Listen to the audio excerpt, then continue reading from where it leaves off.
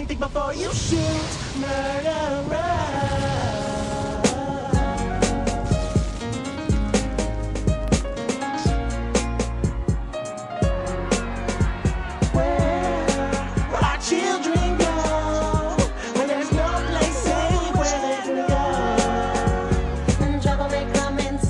You'll get pulled over by one time, and when in 1999 rewinds, didn't even make any strides.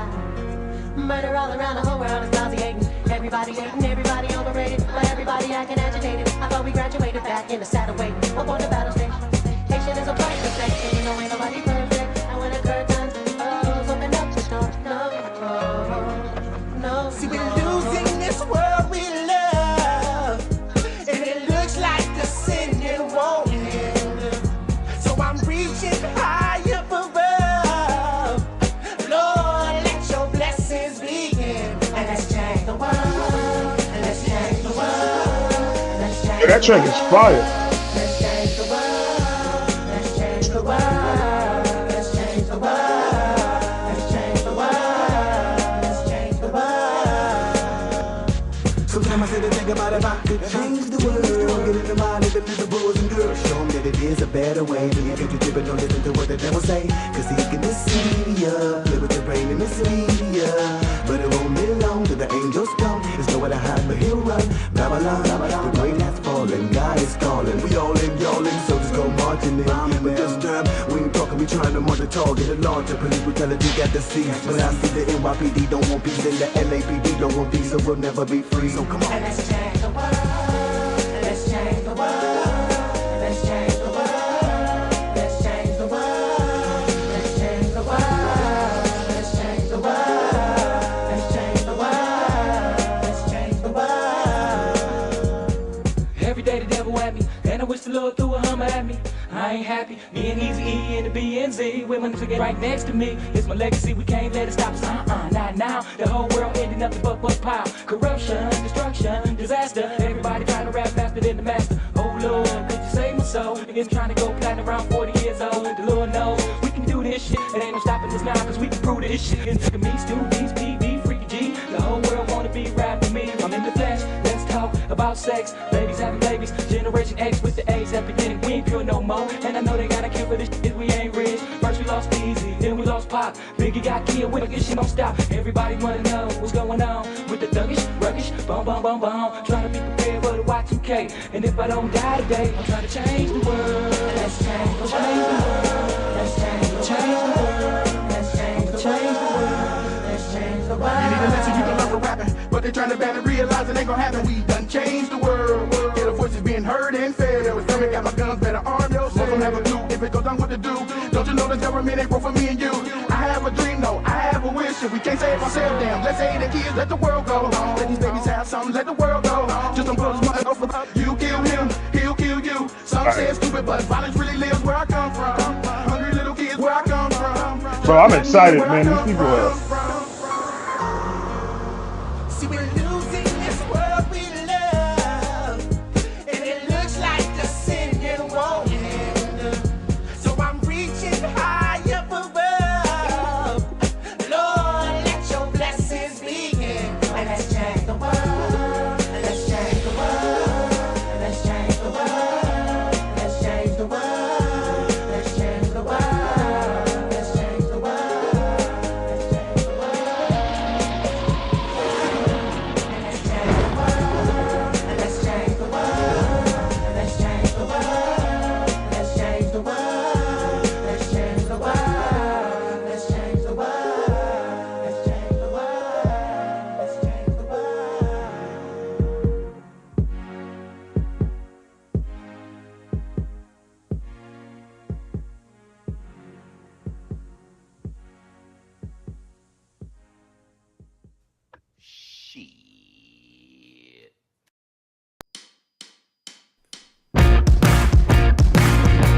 There are motherfuckers paying $200 for pics of this chick with her clothes on.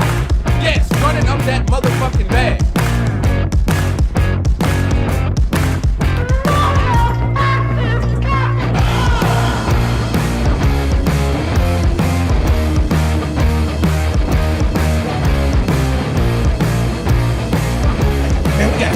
crazy name, wrestling, da da da da. And then label's just like, Blam. You know, he's calm. He's like, Blam. Blam it is, nigga. This is it. This is it right here. Speaking of DTKA promotions.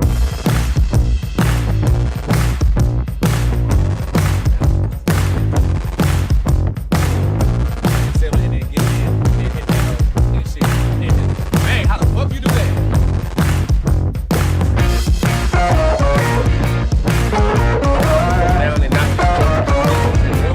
Because everybody got duped with this whole WWE has gotten sold to a Saudi Arabian investment firm, blah, blah, blah.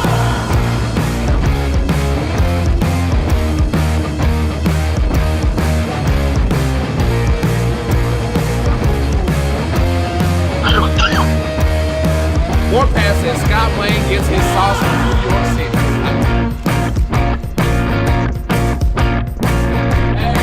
Hey, I know dude is a heel and all, but I'm sorry. Cups up for Warpath.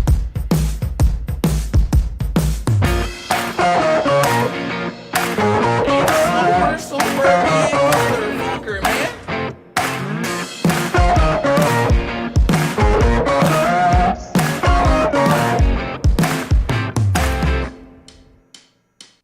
Hey, y'all, welcome to, I know y'all seeing, fuck it, we gonna call it Speaking of DTKA round this bitch. We gonna keep it going with a twist. Y'all probably a little confused too. This ain't no wrestling show. I just felt like not changing my old shit and I needed to give y'all something, so y'all saw some of the old shit that I fucking been working on. That shit y'all saw ain't got nothing to do with what the fuck we doing over here today.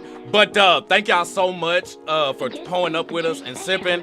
Y'all see who I got on my motherfucking screen. Don't act like you don't know. You ain't blind. And if you is, your Braille game on point. We got Uncle Ray from Vibe React sipping with your boy. What is good, Vibe Gang? You can hear me? Oh, yeah, loud and clear. What is good, Vibe Gang? It is your boy, motherfucking Uncle Ray. Keep shit. What's in the wallet? I'm telling you. Man, say, bro, I'm super excited for this shit. Look, homie about ready to lay a motherfucker out like he ain't playing. Y'all, he ain't playing. I think, it's weird because how do homie got more energy than me?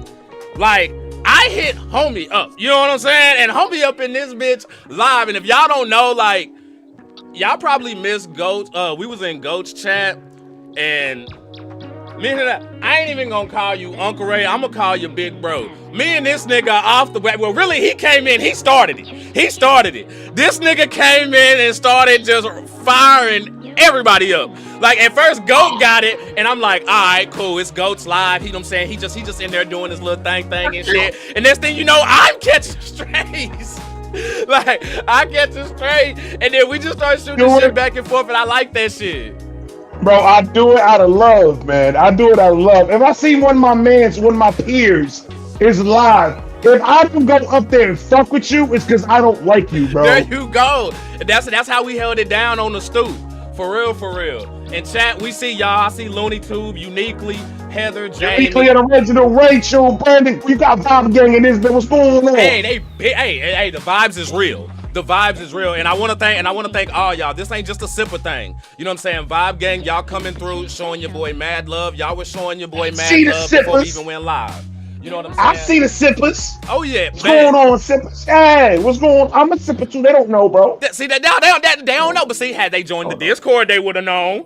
Nigga. Oh, had they joined the Discord, they would have known. Oh, y'all post some cups up for that motherfucker Ray, man. Where them cups? I see Scratch pouring up cups. Where y'all cups at? And matter of fact, it ain't even necessarily gotta be the signature emoji. If you can drink out that motherfucker, pour it up. I done seen people pour up Viking horns before. Like, bro, shit is real. And hey, matter of fact, hold on. Damn, you know what? I'm gonna see if I can do y'all some justice real quick. Go ahead, Rob Z. Salute to Rob Z, man. Go ahead, Rob Z. Show that nigga love. Go ahead, man. Big motherfucking love. I'm gonna try to do him the right way. Hopefully, you know what I'm saying, my shit go the way that it's supposed to go. And I'm about to get, you know what I'm saying, I'm about to show you how we do things. Oh, you just went completely mute, my brother. I did? Like you went completely mute. I got scared for a second. I thought you were But I'm back though. You back though. All right, hold on, let me see something.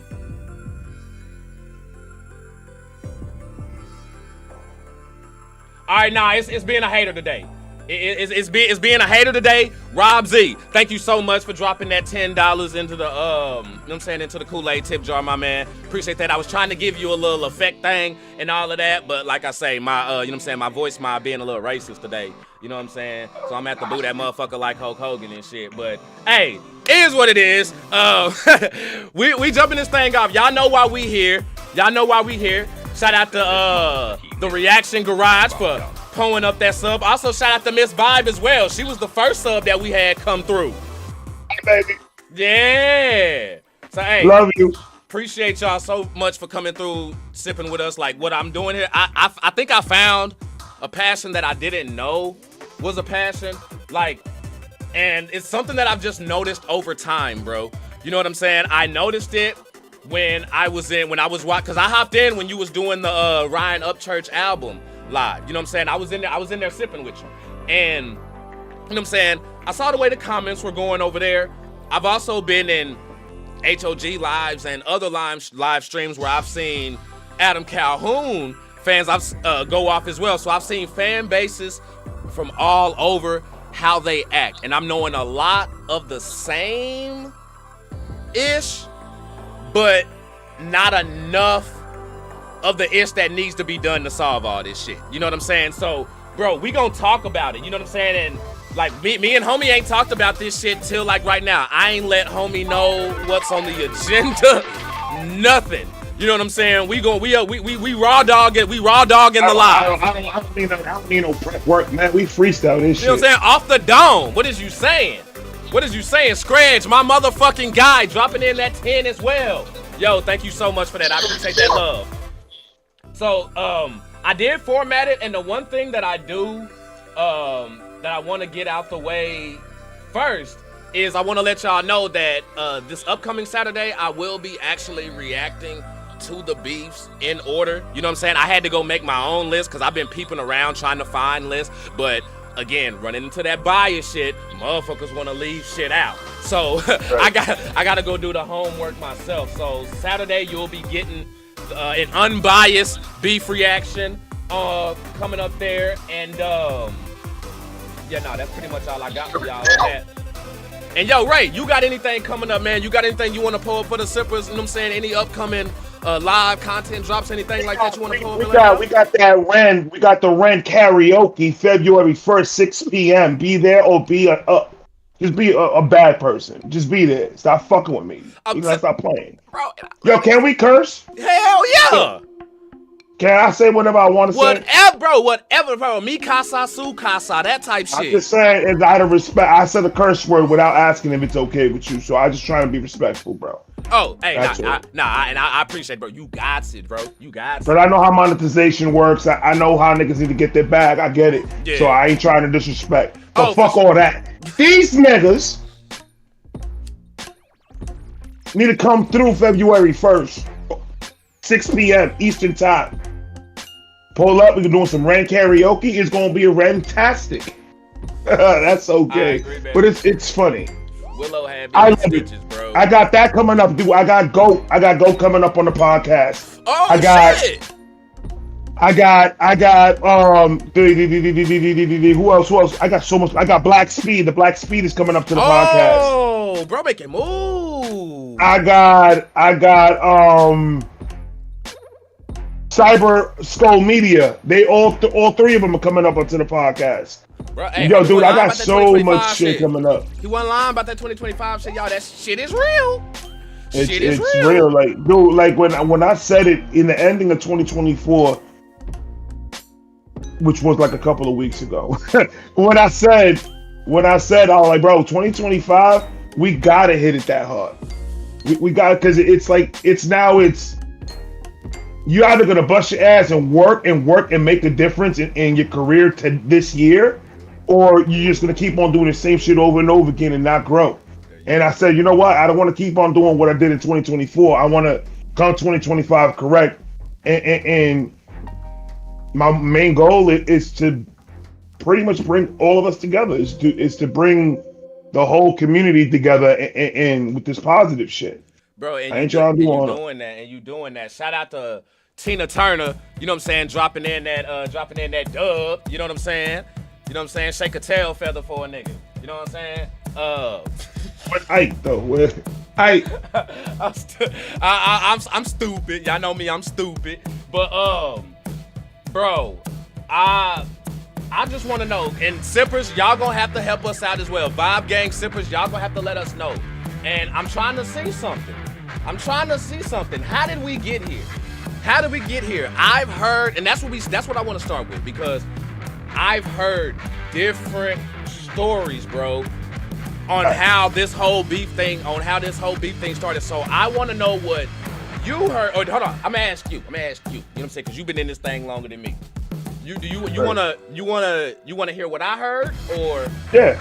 All right, Go. Okay, so what I heard going into this whole thing is that got another 10. Oh, y'all ain't even gonna let me jump it off the. All right, Lindsay, you got it. You got it. 5 cups. What I heard was that Adam Calhoun started fucking with Tom. Okay. And when he started fucking with Tom, that I guess Upchurch felt some kind of way, and that's when the back and forth, you know what I'm saying, started happening. I've heard that he's been like lying, and gaslighting and stuff like that. I don't know. I'm just saying what I heard. So y'all. So to start it off, what I heard, because this is all hearsay. Exactly. What I heard was, yes, Adam went and did an album with Tom Macdonald. Okay. Upchurch's problem, I don't believe that was his problem. I think his problem was the way they were promoting the album. And how was that? Adam Calhoun was doing a whole bunch of stuff with Tom Macdonald promoting this album that Adam told Upchurch I would never do. And that's where Upchurch was like, you said you will never go to that level to go sell an album or do anything like that crazy. You over here hugging a man that's acting like he's pregnant and doing all this crazy shit when you literally said I would never do nothing crazy like that ever to promote my album. Okay. And that's where the misconnection was. It was not that he worked with Tom. Him and Tom working ain't got nothing to do with anything. It's what they were doing to promote the album that I believe was what got Upchurch a little bit like, oh, you know what, fuck all that. And then couple of months passed by, then somebody said something, and that's where I get lost, because that's where it's just like this shit went from only a couple of people talking about it to this shit just went, and everybody started talking about it. So that's what happens. It's hard to connect who said what and what date, because you have to literally have no job to sit in front of a computer and try to follow all of this from the beginning of its inception to where we're at today with it. Yes, sir. You have to have too much time in your hand to know everything. Or you have to be specifically involved in it to know what exactly is going on. Captain Kirk will give you better answers than I could ever give you on this. For sure. All I know is when I start seeing people move funny, that's when I start pushing away when people start moving funny. And I just back up. And I'm just like, all right, fuck it. You guys, I'm not saying, oh, fuck this nigga's fucking trash because he's moving crazy. Whatever move you gotta make to make your money, that's your decision. You're a grown-ass fucking man. Who the fuck am I to tell you how to move? You move however you want. It's not gonna matter what I like. I'm not here for the business part of it. I'm here for the music part of it. So I really don't give a shit how you move. That ain't my fucking problem.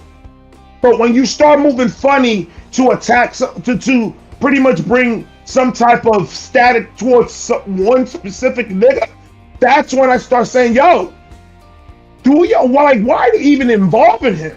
Do your own fucking thing and keep it moving. Like, why is it so invested? Let's get Upchurch out of here.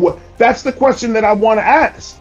What is the whole let's get Upchurch the fuck out of here? Simple. Let us know that chat's right everybody's there. Going. We not here to silence y'all either. Like we here to talk to y'all, because I need y'all to let me know, because I need answers. I want that answer too, because what I, again, like from the for those of y'all who do not know, this is what I love about this. See, I haven't gotten into Ryan Upchurch music yet. You know what I'm saying? I haven't listened to none of his shit. So come and TD, shout out, appreciate that sub, my guy. I ain't gonna leave you hanging like that, my dude. I saw you pro up, so I would have hit the effect for you, but my shit been sipping that bumpy face, so I can't right now. But thanks so much for the love, bro.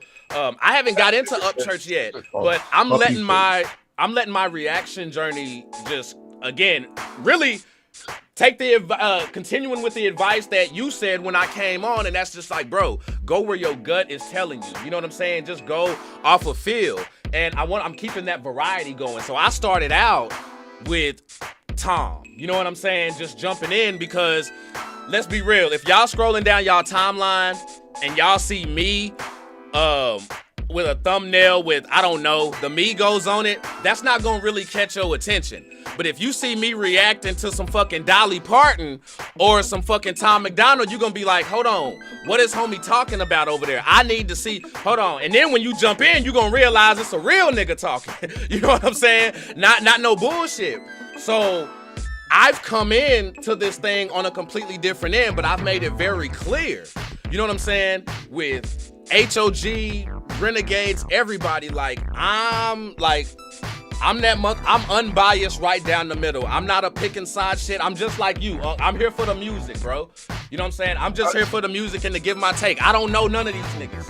Well, you know why? You know why though? It's because a lot of people make it sloppy. Yes. A lot of the fans, and we gon', fan, please, I'm gonna need y'all to stay sipping. We gonna get in some fans' ass, but we gonna keep it real. Hold up, my bad, bro. I didn't mean to cut you off. I'll just be honest. If you feel away with anything that we say today, that means that we're talking about you. And I don't think that there's a lot of people in this chat right now.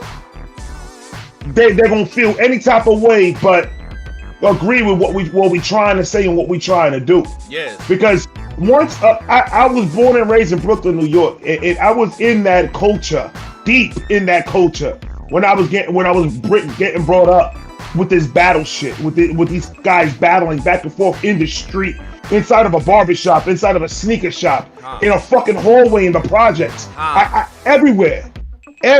So I'm embedded into this fucking culture, and when I see that it went from a simple, there's a simple solution. 2 years ago, there was a simple solution. Get on a track and diss each other. That was the solution 2 years ago. But what happened? Get it out of the fucking way. Too many people got involved. And then real life happened for both sides. You know what? I'm glad you brought that up, because you know what I've been seeing? I've been seeing something that I think is corny as fuck. I've been seeing, and I'm gonna just go ahead. I'm gonna keep it Kool-Aid with y'all.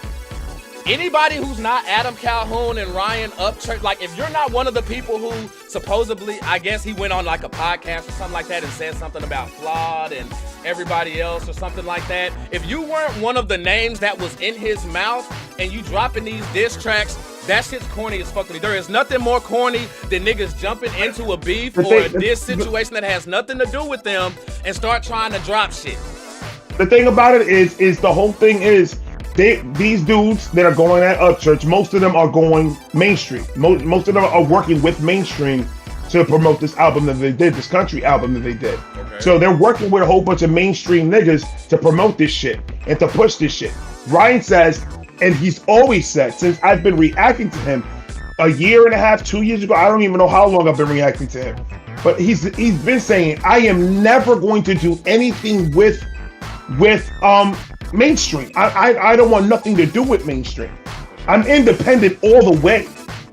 He's been saying that they want. So let me ask you a question, Archie. Go ahead.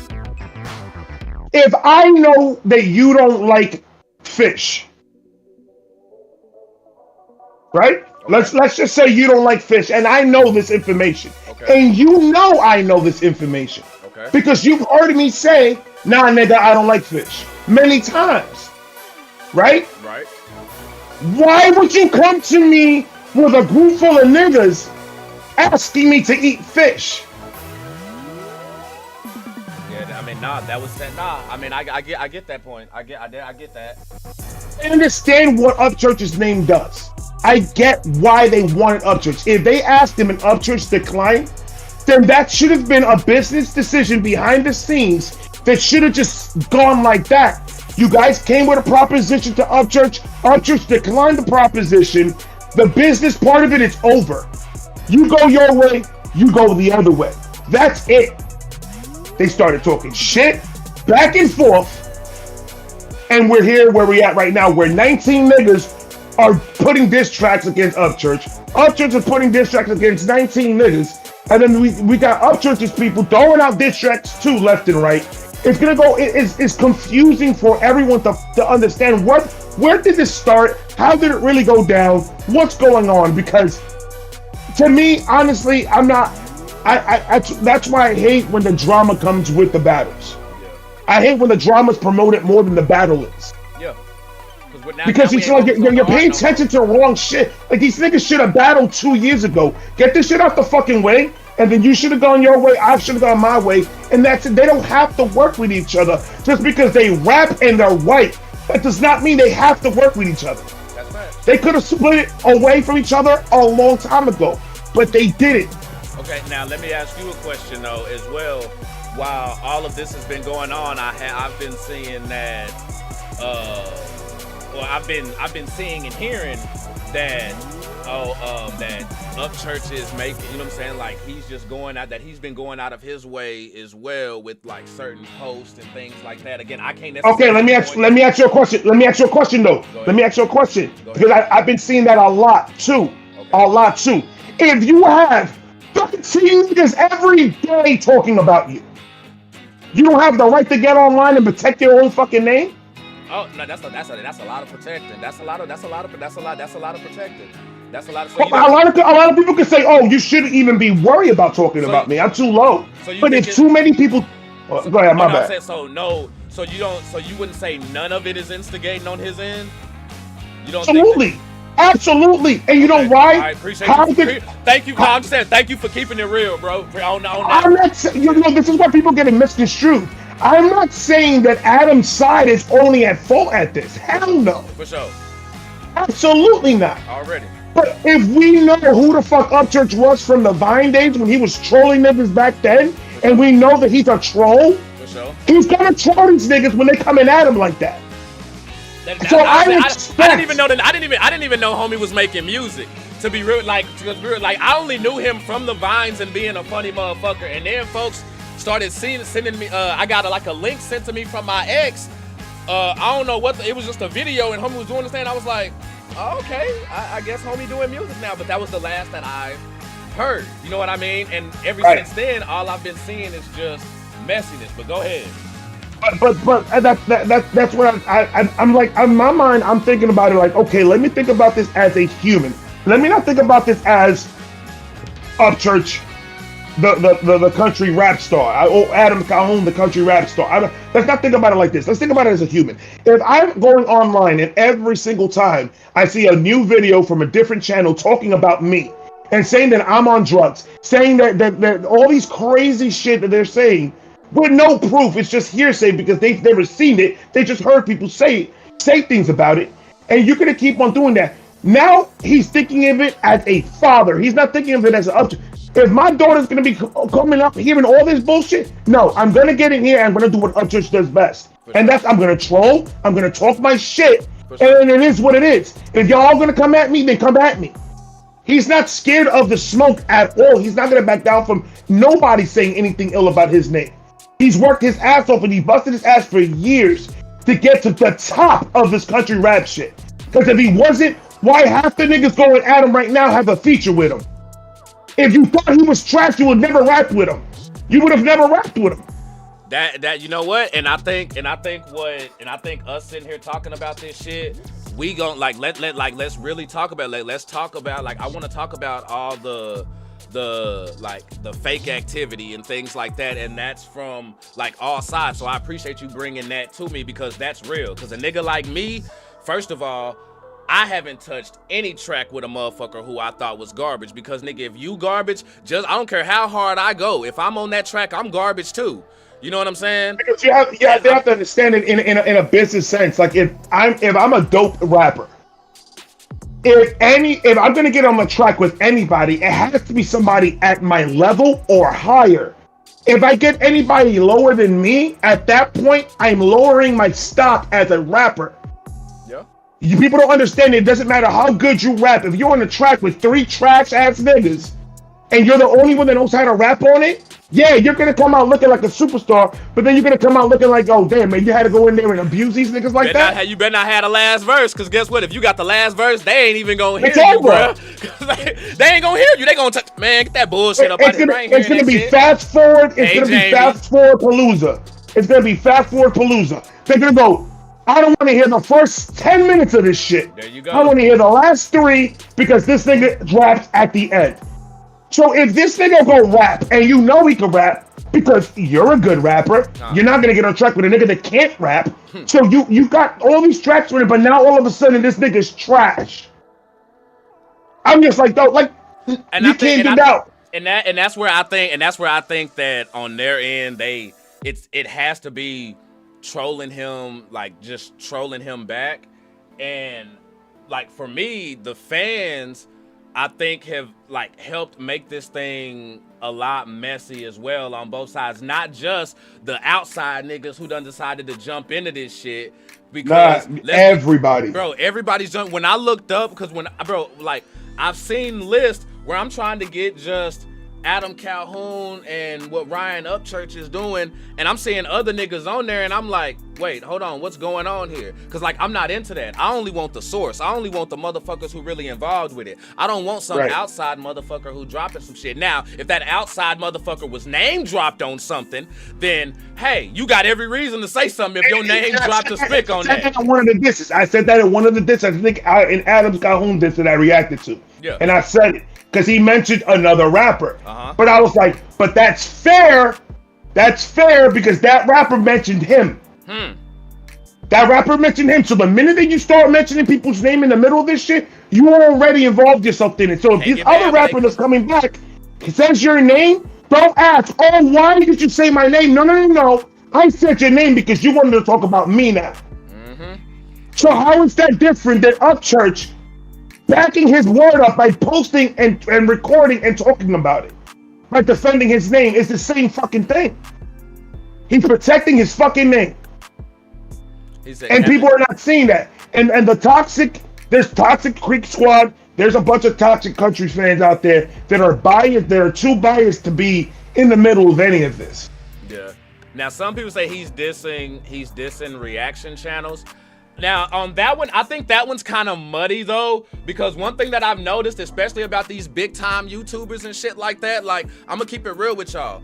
There's a lot of niggas out here who didn't make it, you know what I'm saying, with just music first, so niggas got they bag up and diversified they fucking grind. Hell, I'm one of them. I'll keep it real, like, I was one of them. Music didn't work out, like, when I was really, like, doing that shit full fucking fledged and shit, yeah, like, I made some moves, but I didn't get where the fuck, y'all don't know who the fuck I was before I started doing YouTube reactions and shit, but niggas built their YouTube channels up, and by doing that as well, that helped the music career as well on the back end. So I don't necessarily think all these niggas are just reaction niggas. These are reaction channels done by rap niggas, you know what I'm saying? And shit like that. At least some. I don't know about all, but at least some. The majority of them, I don't think are. Right.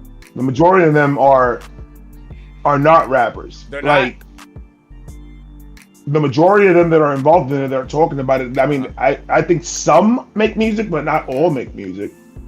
Okay. And I see someone was asking, like what we're talking about here.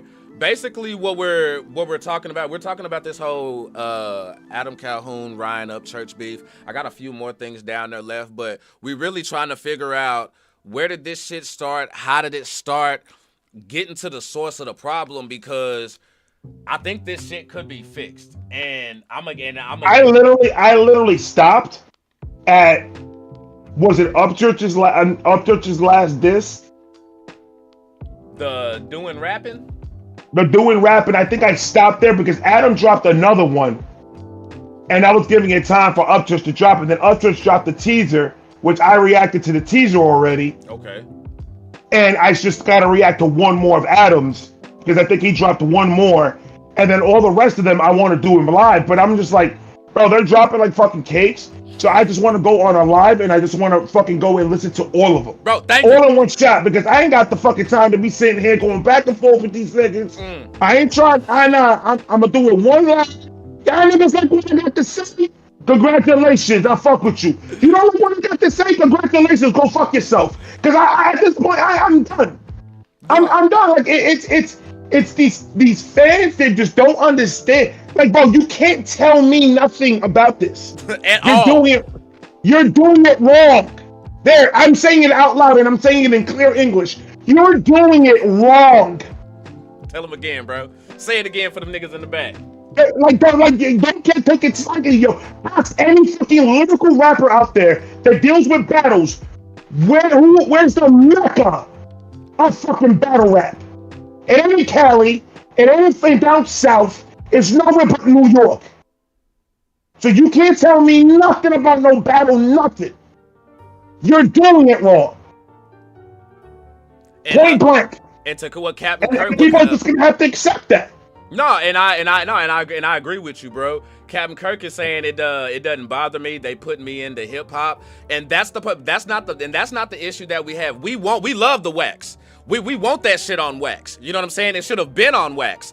The issue, and let's go ahead and get to the next part because this is where Sippers, you know what I'm saying? I see y'all going through. Y'all been up in there live. We ain't been ignoring y'all and shit like that. I just need to prep y'all to get ready for it. Me and homie gonna be chopping it up, and then we gonna bounce back over, you know what I'm saying, and get to y'all. So I don't want y'all feeling neglected or anything like that. But this one is for y'all. This one's for y'all.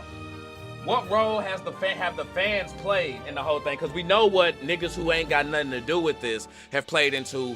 What role do you think fans have played into this getting messy and not getting resolved? I don't. Oh no, go ahead. Oh no, actually, you know what? Because it's a two-parter. And then after you answer that, what can the fans do different to be better? You know what I'm saying? So first question, my bad, bro. I done hit the blunt a few times. What role did the fans play in this whole thing, bro? Fuck what I'm talking about. Fuck what I'm talking about, my nigga. They play a very big role because they're the agenda pushers. There's people that make the agenda and there's people that push the agenda. Okay. So depending on what you believe in, this is where they could do better. So that's what most of the fans, not all, not the fans that have the common sense to sit the fuck back and say, all right, when you guys are done bitching and complaining, let me know when the music drop and I'll go ahead and I'll listen to the music. But I'm gonna be over here because I got bills to pay. Not those fans. I'm talking about the fans that are invested, like their whole entire life is about this right now. Those are the toxic ones. Those are the ones that are pushing one agenda this way and one agenda that way, and they keep on doing that. And what they have to do is sit the fuck back. What they have to do for the next one, sit the fuck back and actually listen to the songs, both sides, unbiased. Listen to the words that they're saying to each other. Because somewhere, if you really listen to a diss track, no matter who you pick two different rappers. Oh, school them. And if they have a beef, and they both rap at each other and they have 3 rounds, and you really pay attention to everything each of them are saying, you're always going to find the disconnect between the both conversations and why the fuck the problem started in the first place. Real shit. People are never going to do that. People are going to do this. No, don't ever talk shit about Upchurch. Chris, he doesn't do anything wrong. No, I say shit about Adam. He doesn't do anything wrong. And they're going to keep on doing that until the end of days. What it sound like, though? What it sound like, bro? You know what it sound like? Politics. That's exactly what it sound like because... You know why I love back in the day? Go ahead. You know why I love back in the day the most? Especially when it came to a rap beef? We didn't know shit until either it came out in a magazine a week later, until somebody heard somebody say something in the train station and it got back to you. We didn't know nothing. All we knew is yo, did you hear this nigga just drop a track and just diss this nigga for no reason? For real. It was That's rare we all we got know. interview shit in like Vibe magazine or some shit. Like when you got those type of drops, you like, oh nigga, I just stumbled upon something. But you right though. Fans today are too fucking nosy. Sit your ass the fuck down and go get you some business, some money, or some Kool-Aid or something. Like, goddamn. Because at the end of the day, bro, why can't we just be here for the music? And there are a lot of fans who sit back acting like they know when they don't. I don't know how to pronounce Scridge. Yeah, Scridge, my boy. Is it Scridge? Yeah, Scridge. In the chat. Yeah. What about him? What'd he do? No, he mentioned something that I wanted to bring up. Oh, okay. All right. Hold on. Let me scroll up. I got you. He said MTV News. Let me. Yeah, that one. Okay. He pulled out. He said MTV News. You know what MTV News was? Now listen to this. This is gonna sound crazy, but it's true. These are professional people. They get the facts from the source and gives it to us. This is not people that are just imagining shit and just saying shit online. These are people that went back and said, all right, we want to put a piece in the fucking news for you about your side of it. Oh, Insider says, we talked to this person and this person says this. And then they give a written comment of what the person said. That's how we find out what happened. And y'all wonder why Nardwuar knows so much. Just a tip, that's exactly who the fuck he used to work for back in the day. Like, I don't know, bro. Nardwuar is my motherfucker from MTV News, bro. Like, he used to bring this shit to us. So, like, when niggas do these interviews and they wondering, like, hey, how he know so much about this? Bro, because he did exactly what Unc just said. Bro went to the source. It's not no he say, she say. And you have people, what I've seen on both sides, you have people ignoring facts just because they're a fan of somebody.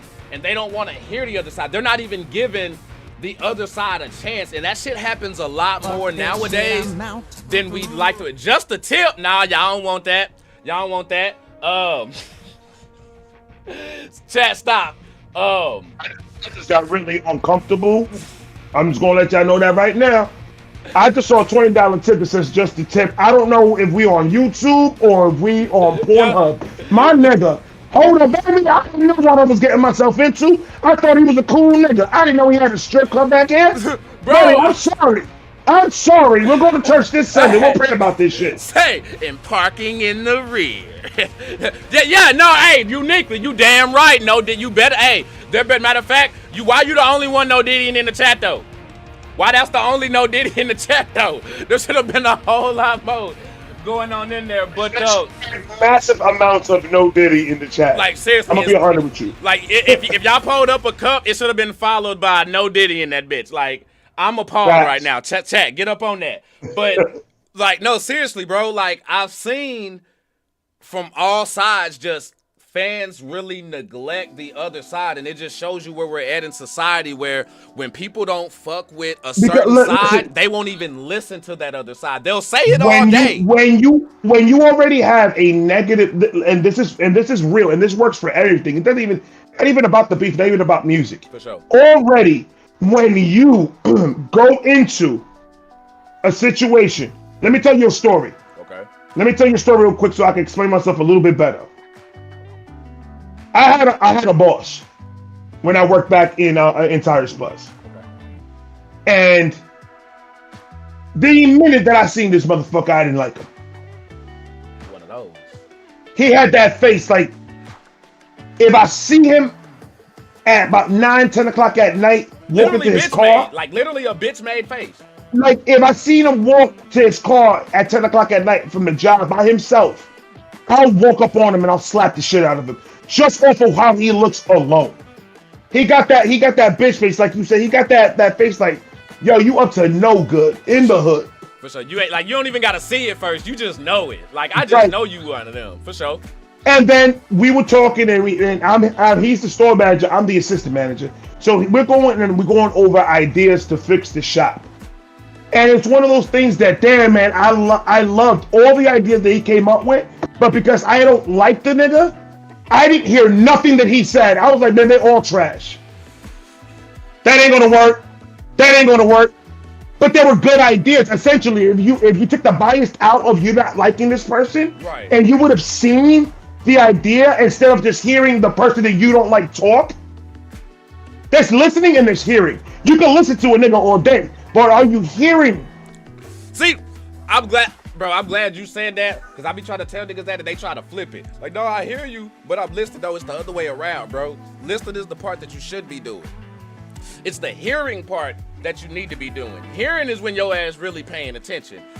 Listening is what's gonna make me want to slap the shit out you. You know what I'm saying? Because now I'm just wasting my motherfucking breath and shit. But nah, bro, like that's real shit. And I think fans gotta really stop picking sides, because if I'm not mistaken, there were a lot of fans who were rocking with Upchurch at first. It's not even about, bro, it's not even about not picking sides. You can pick your side, but have the information from both sides before you make a decision. Okay. Don't just jump on a nigga because that's their favorite rapper.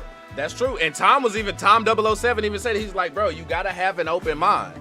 You know what I'm saying? And that's real shit, like regardless which side when it comes to beefs. Especially when it comes to beef. Because at that point, now you're not judging the lyricism. You're not judging the music no more. You're judging the person. And you can't do that. And you know what? It just made me think of something.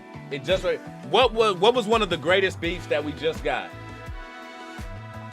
What was one of the greatest, great hip hop beef that we just got? Kendrick and Drake, right? And Drake. Okay. Yeah. All right. Now, for those of y'all who been sipping for a while, y'all know that ain't Drake's first go round with This Is on Wax. You know what I'm saying? He had the whole Meek Mill situation. But at the time, because of Drake's fandom and shit like that, you know what I mean? Everybody sided with homie. Everybody thought homie was good. Oh no. Then Kendrick dropped, realized y'all been following a bitch ass nigga this whole time. I'm just saying. You know what I'm saying? So like what you saying, you gotta listen to the facts and wait for that shit on my cell phone. Running with a hands up. You call me on my cell phone. Throwing pepperonis on a pizza and shit. You know what I'm saying? I'll never forget that gift, bro. They was on his ass coming out with that shit, motherfucker, coming through. Dude, I saw that everywhere I went. I saw that shit, bro. And I was like, motherfucker, bro. Hey, holy Cool Blue, what's shit. happening? Oh, man, that shit is hell. That shit is hell. But nah, bro, like, I really do think, though, and I really Yeah, I'm fucking high as shit right now, bro. No, I am.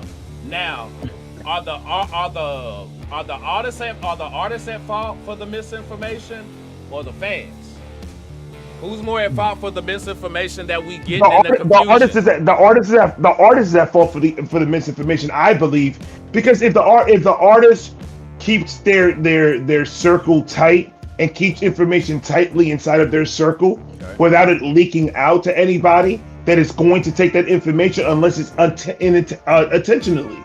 Unless you're telling the person, here's the information, go and do whatever you want with this information. But there was a lot of people that were there that are giving information. There's a lot of people that weren't there that are giving information. It's too much, and it's just like once it starts getting sloppy, so the artist has to control the beef. You have to control the beef. If you want to win it, you have to control it. Yeah, that's true. That's true. And I think, but I have to keep on remembering, and I have to keep on, in my mind, understanding that I have to change the way that I think. I cannot think about this thing the way it was back then, because we're not back then. We're not back in the 99s, 98, 96, 97, 95. We're not back then. So we're in the new age of how people perceive. There's people that are not rap fans, but are Upchurch fans. There's a lot of them. There's a lot of people that don't listen to nothing rap, just Upchurch. Yep. And I'll give you that for the for like, even with like Tom and Adam and shit like that. You see that shit all the time in the comments where you'd be like, I wasn't listening to hip hop before this artist. Ren as well. I mean, he ain't got nothing to do with none of this beef situation right now, but you know what I'm saying? But as far as Ren will kill them with kindness. Bruh, like a motherfucker. But like, I just don't like, bro, how, to me, facts are easy. You know what I'm saying? It's easy to just tell the truth and tell it what it is, but I see fans on both sides really just choosing to believe what they want based off of who they like, and And then I see. You know- and then go ahead. I had a sad moment in my life. You know when that happened? When Eminem dissed MGK on the Kamikaze album. Oh. I had that was the worst mistake of my life. And you know why? I was listening to MGK's diss to Eminem with biased ears. I didn't give MGK a shot. From the minute that Eminem's name started coming out of his mouth negatively, I didn't want nothing to do with his music. I didn't want nothing to do with anything like that, because you're coming at the GOAT, knowing goddamn well that he opened up a lane for you to rap. So that's why in my mind, I'm just like, fuck him. I don't give a fuck what he drops. He's not a good rapper to me. Sure. That this sucked, that this was this, that this was that. Eminem dropped Kill Shot. That was a rebuttal diss of the year. He rebutted every fucking thing MGK said. So I'm holding it, and I'm like, yes. And then I was like, and then I said something in one of my reactions. And I said, we need to start learning how to listen to music with our fucking ears. We need to start learning how to break this shit down and not be biased on who is what. And when I said that, I went, oh, fuck. After I was done with that reaction, the next reaction was the MGK reaction. And I said, I can't be biased. There you go. I can't. That nigga called that shit And on then the and you know what live. happened? You hear me? And the craziest thing happened. I did an MGK reaction and I fell in fucking love with him. Bro, no, bro, the fucking what was that? He did the Todd Laces or some shit. I remember some mixtapes and shit that he had from back in the day. Lace up. Lace up, bro. No, he can spit. MGK can spit, but I'm with you in the fact that I don't like how trendy it's become to diss Eminem and go at Eminem and shit. Like, niggas really act like they forgot. I don't give a like, bro, miss me. I don't give a fuck what you think politically, bro. We talking about the music and shit. I don't care what Eminem thinks about politics. I don't care about what the haters think about politics. I'm going That's off crazy. the craft. I did that political thing. I put up that shit when I went to go vote, and people started going crazy when I found out that I voted for Trump. And they were like, you know that your favorite rapper voted for fucking Harris, right? And I went, the minute that I start going to Eminem's page and seeing who he's voting for to make my decision is the minute that I should stop listening to music. Do you hear me? And the minute you ain't thinking for yourself either, my nigga. You know what I'm saying? Why the fuck do I give a flying fuck who he's voting for? He still can rap. That sound like whether he voted for Kamala or not, I don't give a shit. Because low key, I honestly, because if you listen, and this is just a conspiracy. Thank you, Joe. Joe Belly Music. Thank you for that sub. I appreciate that, my guy. Thank Larry, you. what's good, baby? What's going on? I'm having a great conversation, bro. But listen. I think this is a conspiracy now that I have no facts to back this up. Okay. I think Eminem is low-key a hidden Republican.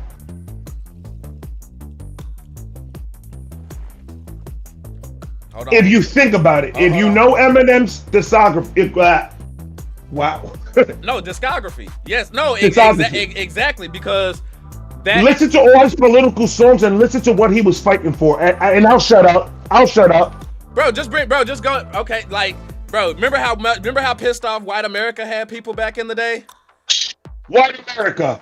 All these political songs, half of the Eminem show and Revival was all fighting for what? Everything that Eminem was literally fucking talking about was everything the Republican Party was voting for this election. So that's why my conspiracy is like, you can say that you're Democrat all you want. I think that nigga's a hitting Republican, and I want to talk to that nigga tonight. Go ahead. Somebody tell Eminem to come down here and prove his fucking case. Bro, say hold up. But see, I can sip on that a little bit. Me personally, what I think it was, bro. I think what Eminem was doing, what a lot of motherfuckers were doing at that time. We were doing it just like we now. We calling it like we fucking see it. So let's just keep it real. That first fucking go round, Trump's temperature wasn't right on shit. You know what I'm saying? So of course he wasn't fucking with that shit. You know what I'm saying? And going around and shit like that. Like it wasn't right. So I'm not surprised that at that moment Eminem was like, hey, I still believe what I believe. I'm just not fucking with that motherfucker. You know what I'm saying? That type shit. I'm not about to go. Can I speak? Because I've been dying to say this shit. I've been dying to say this shit. Go ahead. All right, bet. Let me. Hey, y'all. We unlocked them. We unlocked them. Go ahead, then. Pull up.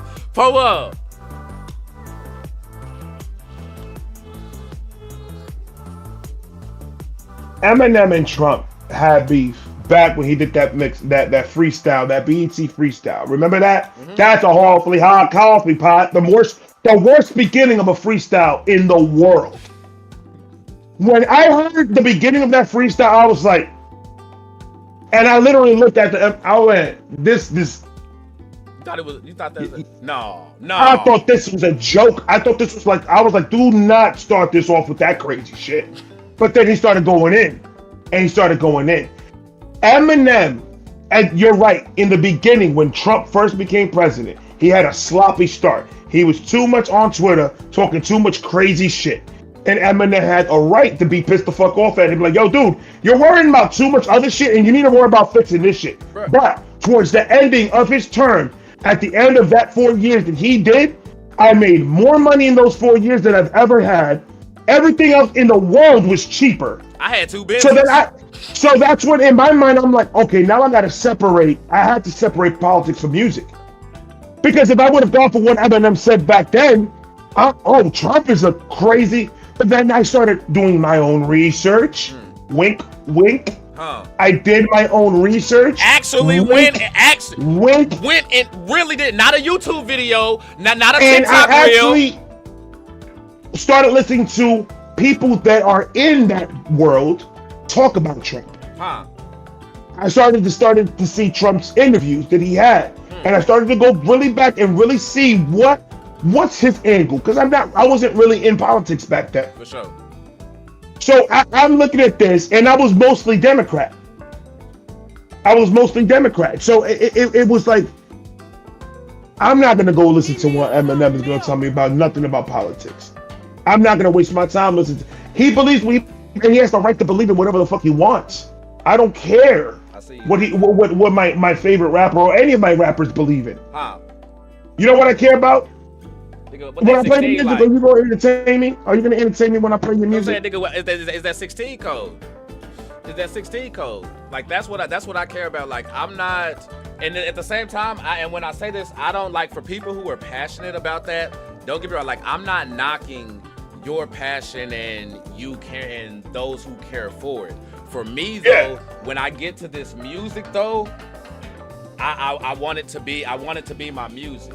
And what I just, in the world period, man, we gotta listen, dog. Like we really gotta listen. Like, and I think what we should start doing, start being around some motherfuckers who you disagree with, and start like sitting down, having those conversations, and not just having them, like tolerating those conversations. Because let's be real, while having those, they're gonna say some things that's gonna piss you off. You know what I'm saying? There's gonna be some things said that's gonna get up under your skin, but still sit down there. You know what I'm saying? Keep your composure and have that shit, because we all asking and wanting the same things. The problem is we doing the same thing, and that's not freaking listening to each other, my dude. We have to do that. And speaking of, let's go ahead and, you know what I'm saying, from what we own, what do you think the fans can do differently to be better? Because if I'm gonna be real with you, bro, the fans have the power to sway this whole fucking thing. If we wanted this, the fans have the power to move. And it doesn't even, I'm not even talking about Upchurch, and I'm not even talking about Adam Calhoun. I'm talking about in general as a whole, in everything, in movies, in music, in sports. The fans are the people that control the waves of everything that's going on in our culture. They're the ones that have the power for everything. All these people could do is put it in your face. You're the one that chooses to watch it. You're the one that chooses to buy the shit. You're the one that chooses to donate. You're the one that chooses to do everything. We just give you the product that we give you, And if you want to support, we love you for it. If you don't want to support and you want to swing through just to watch and have fun for a little bit, then I appreciate you stopping by. Just like that, and like keep it Carol moving. pouring up that too. Thank you so much for the love and y'all sipping with me. I see we got the Bitter Betty podcast up in here sipping with us. Lacey coming up in here. We got DF Domo in the house and shit. Appreciate y'all sipping up in here doing the damn thing and seeing these. And we got the right people in the chat, bro. We got the right people in the chat. You know what I'm saying? Because I'm seeing this shit right now. Right as we sit here right now. We got Creek Squad in the house. We got HOG folks in the house. We got Calhoun folks in the house right now. And all I see is a bunch of folks in that chat having a motherfucking conversation. You know what I'm saying? Just like we doing. And that's all that should happen. It's just a conversation. We understand. Listen, my wife told me something crazy. And I said this many times before, and I think I told you. My wife said something crazy to me. She's like, babe, like when I hear somebody not catch a bar, or not understand when somebody says a bar, it irritates me to the point where I'm just like, are you fucking dumb that you didn't just get that shit? That was so clear that it's crazy. And I start, and she's like, babe, people hear different. What you hear is not the same thing that I hear. Yeah. So when you hear the fast rap, all I hear is, you hear words. You hear all that connection. My ears don't work that way. And you know what? I don't hear that way. I think there's something else to it as well. There's something else that I want to throw in there as well that you maybe you have already thought about it. You know what I'm saying? Because you like that. But also I think what I've noticed is there are people who, like in the chat, who are just now being introduced to hip hop. You know what I'm saying? Right. So you have a lot of fans who they're just now learning how to listen to this shit. You know what I mean? So there's some who like when they don't get it, we gotta give them. You know what I'm saying? We just gotta give them a little bit of time. You know what I'm saying? Now, all we asking is if we try to school you, just allow us to try to school you. You know what I'm saying? Don't just shut it out if you don't know, because this thing called music and it's this thing called hip hop, or this thing called hip hop and this thing called music especially, is complicated, and these motherfuckers are just getting more and more trickier, more and more wittier, and the crate digging is real. You really gotta do your fucking homework, because the mainstream ain't giving us the shit that we need anymore. You gotta go find that shit. You know what I'm saying? So we're in control of our own ears now, and that's new to us. That's new to us. It used to be the radio gave us all the hits. Radio gave us all the hits. That's not the case anymore. And we the fans can change anything, bro, because they gon' listen to us. If they not gonna listen to each other in this shit, they gonna listen to us. Trust you me. That's why me and Captain Kurt, shout out to Captain Kurt, shout out to Lockwolf. Those are my brothers. That's why we doing the Independent Tonight thing, because we instead of getting on live every single week and talk and just bullshit, why don't we use the time and actually set a format where we could put light on the independent artists? That we could show people that maybe if you didn't know about this artist, maybe you watch one of our episodes and you're like, oh fuck, I need to tap in and I need to go follow this artist because I kind of like the music and I kind of like the type of person he is. Because that's what we do. We break down artists and we try to give the fans the most accurate description of how this artist is and what they've been through. For sure. Kind of like a cheat sheet. So when you get into their music, you won't go in it blind. You won't go in it without knowing who you're listening to. You'll have a good idea of what type of music the person does, and you'll know what type of energy this person brings. And that's the whole point of that. So instead of sitting here and debating and arguing with niggas and telling niggas, well, pull up then, nigga. Instead of going crazy like that, no, I ain't got time for that. How about we give the fans the information? How about we make it easier for the fan to understand what actually is going on with unbiased opinions? Bro. That's our job. That's what we gotta do. That's what we got, and that's why today I felt like I triggered my motherfucking passion with this shit, because I realized the power that we have. You know what I'm saying? Not just the fans, but us reactors, we're fans as well. You know what I'm saying? We're the DJs. We're the radio stations. DJs, and people don't get that. We're the DJs. We're the radio stations. We're the ones that are promoting all these independent artists, that are pushing all these independent artists out to the people. They may not know this person. What does the radio station do? Hey, can you put my man on? Yeah, I'll give him a slot at 2 o'clock. 2 o'clock, I'm going to play your song. Your song is going to drop. Everyone in the world's going to listen to it. You're going to gain new fans for it. What is it different that we do that the radio station do? Nothing. I sure the fuck did. You damn right I just got up and skipped. He talking that shit. Hell yeah, y'all don't hear this, man? Y'all don't hear this, man? Like, this man's preaching right now. For real, for real. I'm not here trying to sell a car. If you want to buy the motherfucker, buy it. Straight up. Straight up. So, but it's just that we need to stop. We need to stop this blind follow. We need to stop this blindness of something that was supposed to be a tool for MCs to sharpen their tools, to sharpen their swords. There you go. In the battle of lyrical rap. Something that was supposed to be for titans, something that was supposed to be for warriors and niggas, for like these lyrical monsters. And then because media, the mainstream media took over it, it became something so disgusting, and people lost lives over it. People's lost money over it. People's lost family over it, because they've made it to some perverse way of trying to destroy somebody publicly. And then the music is the last shit you get from it. Yeah. And that's not the hip hop that I was raised in. That's not the hip hop that I love, and that's not the hip hop that I'm fighting for. I'm fighting for the true hip hop, for the niggas that are out here putting their heart out to everyone, saying, "Hey, I'm broken too. Come and listen to me. I want to be a part of your life." That's the artist that I'm looking for. Do you hear me? All that other bullshit, y'all niggas fucked up hip hop. Keep it 100. And this is where, and that's where I blame it. I've been saying this for the longest. I've been saying this for over a decade. Fans are stupid. Y'all, at me, do what you want to do, but hear me the fuck out. Hear me out though, because not all fans. No. It's not all, because when I say that, that's really more to just get your attention. You know what I'm saying? Right. Like overall, it's exactly what you just said. It's definitely not all, because the thing is though, is when we were getting everything on the mainstream level, you know what I'm saying? When we were getting all that greatness, it eventually got to a point where the public started trusting what the mainstream was giving us. So they started buying into all that bullshit. You know what I'm saying? We've been trying to tell these motherfuckers.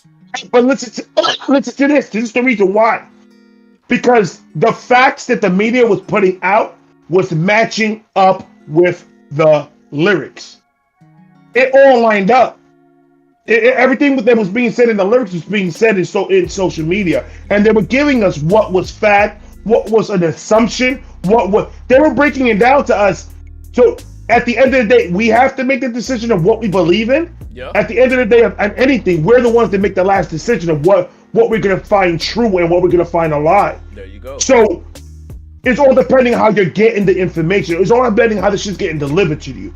If it's getting delivered to you by an attitude, by snarky remarks, you're pushing an agenda at that point. There you go. So now the fan that doesn't know nothing is going to go off, oh, he's very passionate in what he just said, then that must be true. Oh my God, he must be telling the truth. And that's how you lock him in. And then once you lock him in, you're going to say, well, watch him say this, that, and the third. And then that person starts saying this, that, and the third. And then now that person's like, I told you they were going to say that. Oh, now your credibility just went up. And then it's this whole little fucking game that people play. And then all this time, how many reactions you could have done? These niggas crazy, Elvis. Stop playing with him. Stop playing with him. All this time, how much reactions could you really done in one day? Instead of bullshitting. Nigga thinks I'm crazy. Y'all these niggas think I'm nuts, nigga. I may be a funny nigga, but I'm not a dumb nigga. Let me just let you know that right now. You know what I'm saying? I was born at night, but not last night. You know what I'm saying? The fuck? Like real shit. What are we talking about, bro? Like, man, like, bro. What are we talking about? We in control of this shit. If we don't let that shit slide, if we don't give that shit a pass, it don't go. doesn't pass. It don't pass. This is why we were so heavily guarded about this shit. This is why we made it so hard for niggas to get into this shit. This is why you had to prove yourself. This is why you had to be about the shit you were talking about. Now we got motherfuckers talking about pulling up and they don't even know what the fuck they double cupping for.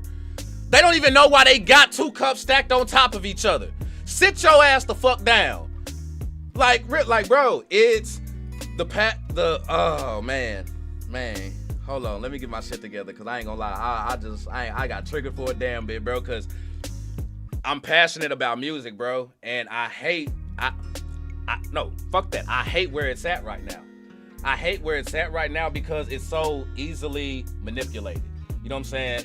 It's more into selling the facade than the lifestyle. To this nigga yet? Why haven't you reacted to this nigga yet? Why haven't you reacted to this nigga? You being biased. Why haven't you done? Like, nigga, I'm in the grocery store with my wife getting some fucking food, and you over here going crazy because I'm not at the studio. Do y'all niggas really think that I live here? Huh? I don't live in the studio. Like, I got a life outside. Like, I get to it when I get to, and then that's why most reactors are doing this. I don't even want nothing to do with this shit. I don't want to react to anything because if I'm gonna see every day my comment section with nothing but negative shit because somebody doesn't agree with me, I don't want to put myself through that. Yeah. So I'd rather not get the views. You're right. I'd rather not get the fucking attention. I'd rather just be away from it, to be honest with you, because it's not fun no more. It really isn't. As a fan, not as a reactor, as a fan, it's not fun no more. Right.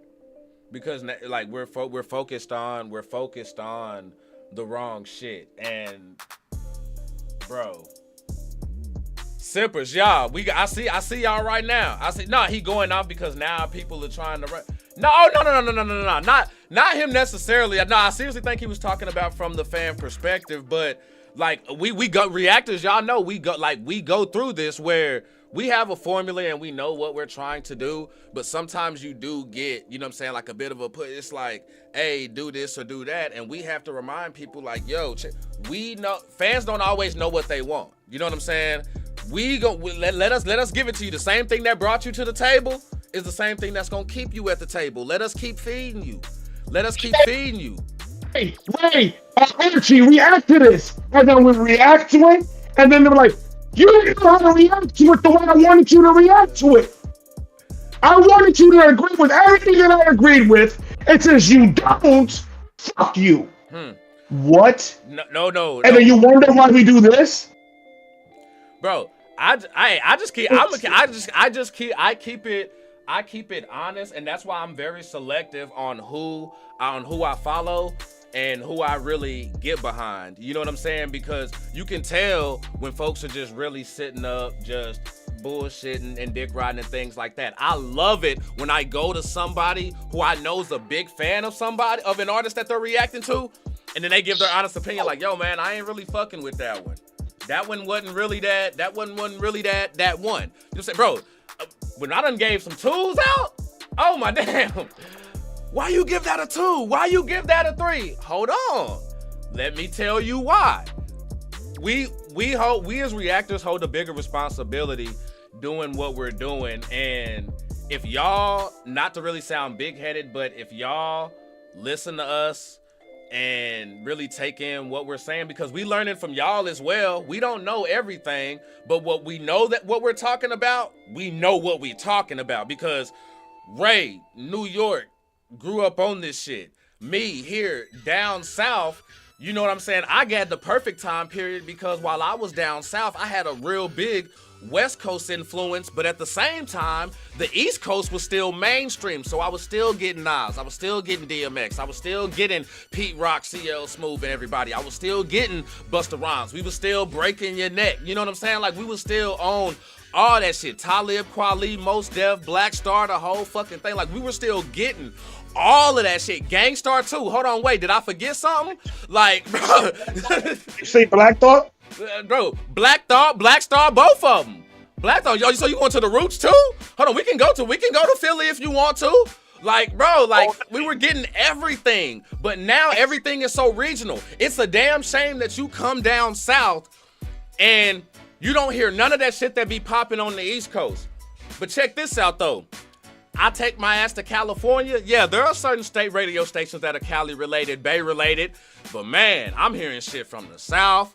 I'm hearing shit from the East. You know what I'm saying? But then you go to certain places on the East Coast where they only stick to the East Coast. You know what I'm saying? And then you got other spots where it's like, all right, damn. Yeah, we may be in Philly or New Jersey or Brooklyn or whatever, but this station, hey, they play. You can catch some UGK. You can catch this, that, and the third, and that's what we have to get back to. We need everything being played everywhere. You know what I'm saying? Because things is getting so that's why we're getting the sexy red shit we're getting now. You know what I'm saying? Because everything starts sounding alike, and everybody starts wanting to be like what they see. I was having a great fucking conversation until you mentioned sexy red. My bad. I'll switch it up. Hold on. We don't want to lose no sippers. Hold on, y'all. That's the end of that shit. That's the end of that shit. The minute you said sexy red, I threw up a little bit in my mouth. That's cool. Hey, no, that's the end of that shit. Hold on. That's a scratch that, reverse it, delete it. No, we done right there. Ain't no more of that. I realize also there are Listen, hold on. No, hold on. You like sexy red? Help! Bro, don't play with me. All right. I was just making sure. I was just making sure. Just to give you an example, y'all, there's a reaction coming. I'm letting y'all know there is a reaction coming because see, sexy red been burning the industry. So I have a video dropping. They all got chlamydia. They all got it. And at the beginning of that, I'm letting y'all know this is a spoiler. You know what I'm saying? Spoiler teaser, whatever you want to call it. At the beginning of that bitch, y'all gonna hear Ronnie Radke yell, "Watch the world burn," and then we jumping into the motherfucking reaction. We going in. Damn right, motherfucking nut. I don't give a damn. That's how I feel. Hey, that's just how I feel. But on some real shit though, bro. On some real shit. You actually brought this up when we were talking about fans, and it was something. Another thing that I noticed was that there's two type of fan bases within these fan bases. And that's fan bases, period, in music. But even with the situation that we have going on here now, you have the objective ones who are here for the music, who obviously just sit back, you know, me, you, taking it, you know what I'm saying, doing our homework, deciphering the facts and all of that, and just enjoying the sport of the whole thing. Then you have the messy, toxic ones who keep all the shit going, who get mad at you when you don't like what they want you to like, you know what I'm saying, and are just oohing on 24/8 over that shit. Do you think those two type of fan bases are clashing as well, just like the people who have already picked sides? I think that the fan bases that stay behind, the unbiased fan that is a fan of somebody and is just here for the music, I think that they don't even bother with the toxic ones, because a little bit in them is just like, yeah, I want somebody to fight for Upchurch, but at the same time they don't want to bother with trying to do any. You see, we're as reactors, we're held to a different standard. True that. So when we're gonna listen to a song, we can't just and chill when it comes to a diss. Like, we have to understand what's going on in the behind the scenes of this diss to understand the bars. So we won't have to give people false information. So we kind of depend on the facts in order for us to make sure that we know what's going on before we jump into a diss. Yes. There's people that are reacting to all these disses without them knowing nothing about nothing and giving their opinion, saying who's better. How can you give an opinion with a personal battle when you don't know the personal part of it? You can only talk about the music. You can only talk about the music. Make it make sense to me. That's all I'm trying to say is, how are you going to go into a... There's a lot of battles that people wanted me to check out. Like the Screwface and the Upchurch one. Okay. People been wanting me to check that one out for a minute, and I haven't. Because I'm just like, I don't know why they're going at each other, because I don't follow none of the drama shit. So if I go in it, I'm not going to go in it with any type of information. 13 bars could go over my head, and I'm not going to know what the fuck he's saying. Yeah. And then you're going to go and curse me out because I didn't catch a bar. What? Nah, that ain't Make it make sense. Make it make sense to me. That ain't it. That ain't it. And see, and that reaction that people give is what deters folks. Like, can we stop attacking fans just because they don't like the other artists? You know what I mean? Like, that's like I see it all the time where somebody will be like, oh, I don't listen to Tom, or I don't listen to Adam, or I don't listen to Ryan Upchurch, and then somebody else gotta come for him, you know what I'm saying, and talk some shit and go back and forth. Like, yo, it's okay. It's okay for them to not listen or like that. They're voicing their opinion just like you. You know what I mean? Bro, I don't like the tribalism, you know, and we wrestling fans as well, you know what I'm saying? I think we done had those talks as well, just like the tribalism from back in the day, you know what I'm saying? And the shit. I was just waiting for the conversation to switch to the wrestling. That's all I'm waiting for, brother. Like, that's bro, all. like, fam, it's the exact same thing. Like, people are so tribal with this shit, and very tribal. I really want to. But it does bring a sense of unity. It does bring a sense of unity within that community to have that sense of tribalism that there's a leader and then he has his pack behind him that's gonna ride with him. It's always beautiful to have that diehard fan, but that diehard fan could be a diehard fan, still be a diehard fan, without any of the other toxic shit that comes with it. Right, he can still be a diehard fan and listen to the other side still. And have an unbiased opinion if you keep it to the music. Now, if you know the facts on your side, beautiful. How does that make you give you an unbiased answer to any question that somebody has for you? You have to have both sides of the coin in order for you to know what's what. Facts. But there are a lot of fans, like a lot of people that watch my shit, that like watch me religiously and see me follow some battles and everything. They say it themselves, like, we're talking about music. We're talking about how they sounded, the bars, the doubles and triples. That's the conversation we're having. And then whenever I see any other people talking about, he's fucking lying, that fucking bar ain't true. How the fuck were you know? There? Was you there? You know that nigga? Nigga, what time? And give me a time and date when you heard or you saw this shit go down. Please let me know, nigga. Please. And that's what we have to like, remember. no. We don't know these niggas. You know what I'm saying? Like, until you're actually in the camp, and I don't know any other way to like put this besides like if you ever.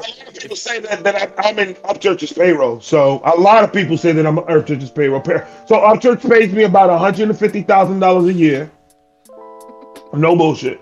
No bullshit. $150,000 a year. I get 15 cars a month. 15 different cars. But I'm right now in the small level. So I'm washing socks right now. I'm washing his shorts. Leaving his jeans alone. He likes his jeans dry washed. I don't do that shit. Cause I don't got gas money. That nigga, he lives too far. I mow the lawn, but only a small patch of it. I'm not doing all his property. He must be like rabbit ass fucking mine. I ain't doing that whole goddamn property. Fuck's wrong with you? So that's what I've been doing. I just want to let you know a little bit. That's what I've been doing for the past couple of days. I've been just going with this whole, I'm like an Upchurch employee. He pays me because I want somebody to say something crazy. People, let me tell you about my best friend looking ass.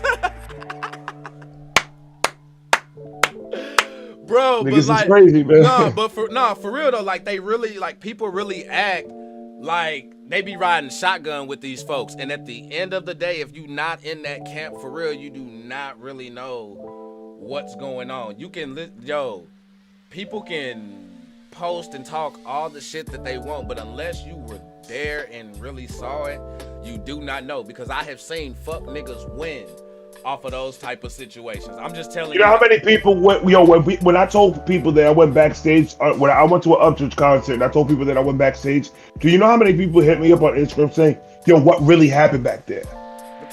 What the fuck? And I'm just like, what? Yo, you can tell me. I ain't gonna tell nobody nothing, bro. We could go. I've had people come at me and say, "Yo, we could go to private mode, and we could talk in private mode, so nobody can see nothing, and there's no whether you could." And I'm just like, what the fuck is this, bro? I'm a fuck with. Nah, they were clapping cheeks and eating grapes. I'm gonna tell you some dumb shit. You come with me with some dumb ass shit like that, I'm gonna fuck with you. Like, I didn't even go. No, I didn't even entertain it, bro. I didn't even entertain it. I'm like, that's crazy. Like, you literally just saw the video of me talking about it, and then you're gonna ask me what really happened? Like, what happened was what I told you happened. Yeah, like, what the fuck? You think I'm gonna leave some shit out? No, nigga, So you didn't know this I shit. went in there. I went in there as a fan of Upchurch because I do fuck with Upchurch's music. It plays in my house consistently. Sure. My whole entire family are fans of Upchurch. Sure. So I was, as a fan, not a reactor, as a fan, I was excited to go to a concert, and plus I haven't gone to one in a minute. So I go there, and he treats me like I'm like at 3 fucking million subscribers. He treats me like I'm like the one that people are there to see. Damn, that nigga. That's how I felt from the beginning that I walked in to the minute that I left. Damn. So I only could tell you how I was with the interaction with Upchurch.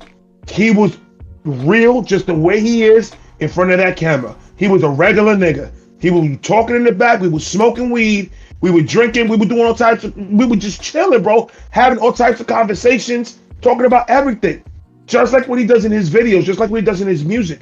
All I can tell you is what I know.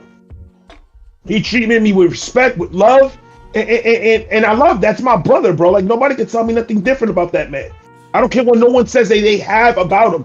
He shows me different actions than what people say about him. For sure. That's what I have to go off of. I can't go off anything else. Right. If not, then I'm not a fucking human being. I gotta go with my gut. And my gut tells me that Upchurch has been 100% with me from day one. And since the beginning that he started doing this rap shit, till now, everything that I've heard, which is over 190 fucking reactions it is, he has been a man of his word since day one. His energy has never changed. He's always been the same nigga. He's grew up. He's gotten more mature a little bit. He talk about a little bit more real shit. But at the same time, he's still the same dude that I was reacting to when I started. And he's never changed anything. So when people come and say all this crazy shit about Upchurch is doing this and Upchurch, what are you talking? He had his pregnant wife in the back. Are you crazy? He had little kids, fans, go back there and hang out with him. Little kids. Are you nuts? You think they'll invite a bunch of reactors back there so we can witness them doing crazy shit? Right. Oh, shit. No. What about fucking... Sorry. Nah, you good. That was me on my end, bro. But you gotta treat niggas how they treat you, bro. And I think too often we're misled by that. Like, people go by the he say, she say, and coming from where I'm from, that's how I move. That's how I got down. You know what I'm saying? I treated somebody by how they interacted with me. I didn't go by what the next nigga said. Now, there are certain instances, there are certain situations where shit goes down and you like, all right, that was enough for me to say, I don't mean to keep name dropping them, but Hulk Hogan or whatever like that. You know what I'm saying? Like, however shit goes, like, I've seen enough shit and, you know what I'm saying, like, actual factual shit, you know what I'm saying, to where I'm like, that's not a good motherfucker over there, bro. I'm not fucking with that. You know what I'm saying? Yeah. Hulk Hogan? Yeah. Fuck Hulk Hogan. That's what I'm talking about. Fuck Hulk Hogan. You know what I'm saying? In my chic voice. In my chic voice. No, dude, I just recently, I heard like long time ago, I heard little things here and there about Hulk Hogan being a racist and saying crazy shit.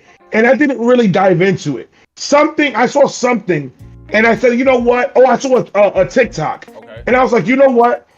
I want to look into this because somebody was saying something about that whole, and I started looking into it. Fuck Hulk Hogan. That man's a piece of shit, bro. I can't believe that I was a fan of his. I can't believe I cheered him on since I was a fucking baby, bro. That motherfucker been trash to me my whole life. I'm glad, bro. When that shit happened, because he was always boring. He was always boring. But see, I want to switch. I want to switch to this one real quick as well. And I know this ain't necessarily got anything to do with the beef situation or anything like that. But I want to talk about Tom for a bit. You know what I'm saying? Because I kind of feel like with a lot of the situations and things going on, I feel like in some kind of way he's also like, you know what I'm saying, like background in the mix. You know what I'm saying? Part of it and things like that. And what's your take? Because I know we've talked about Upchurch and things like that. What are your thoughts on Tom and Adam and like the music that they put out and how they move and Brave stuff 1 like and Brave 2, Brave 1 and Brave 2 that they did, I could say is both real good collaboration albums. I like what they did in there. Okay.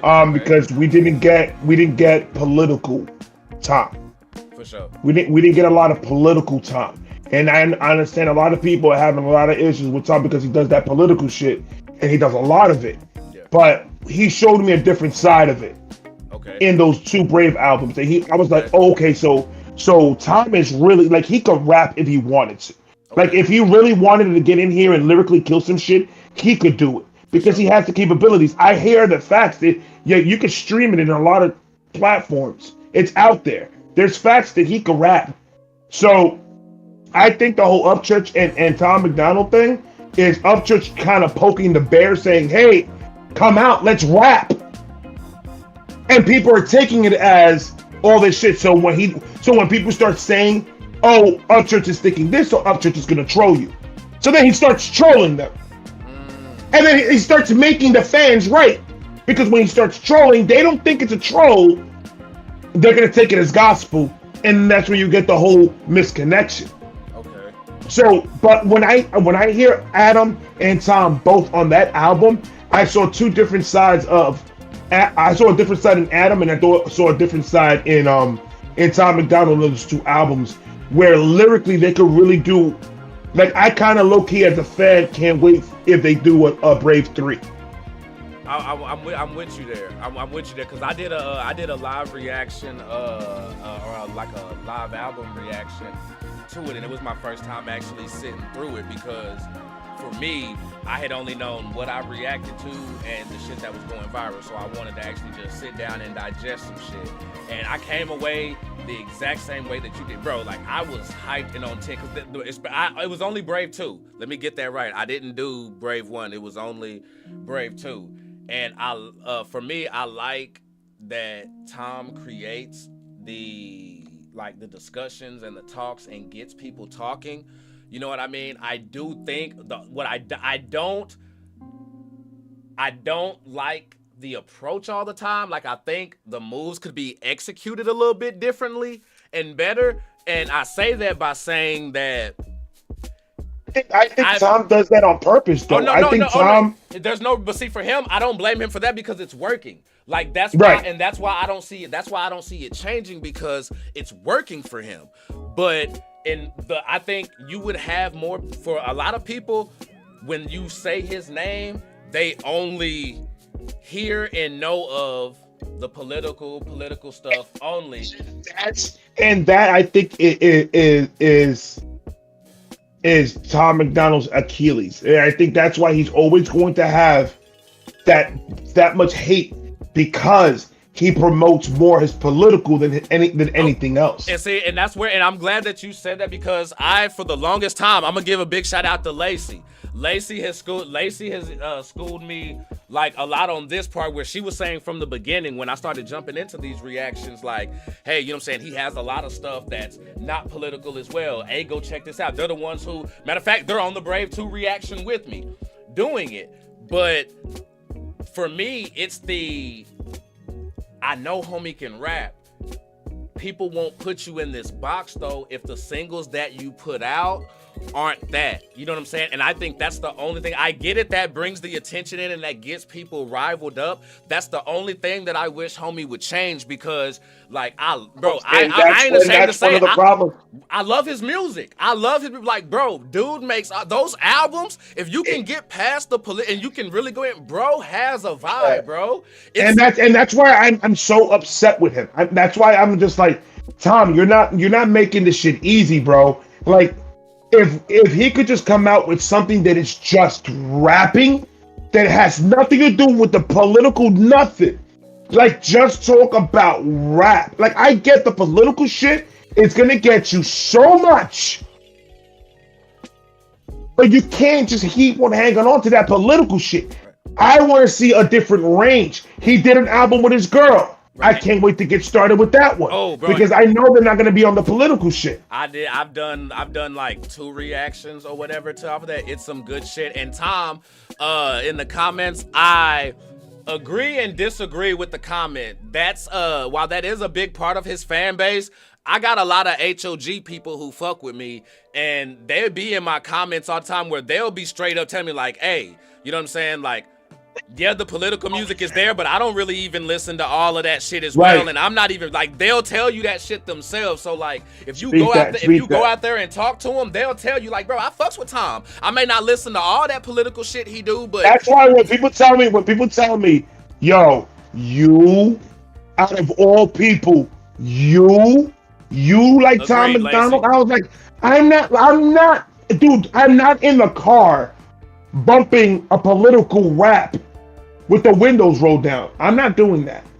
Right. But I do have the Brave 1 and I do have the Brave 2 album in my streaming platform, and I'm listening to it when it's on rotation, and I bump to the rap shit. Absolutely, I do. Because they're actually rapping. They're actually rapping. Do you hear me? Because it's good shit. It's nuts. And we got a comment here.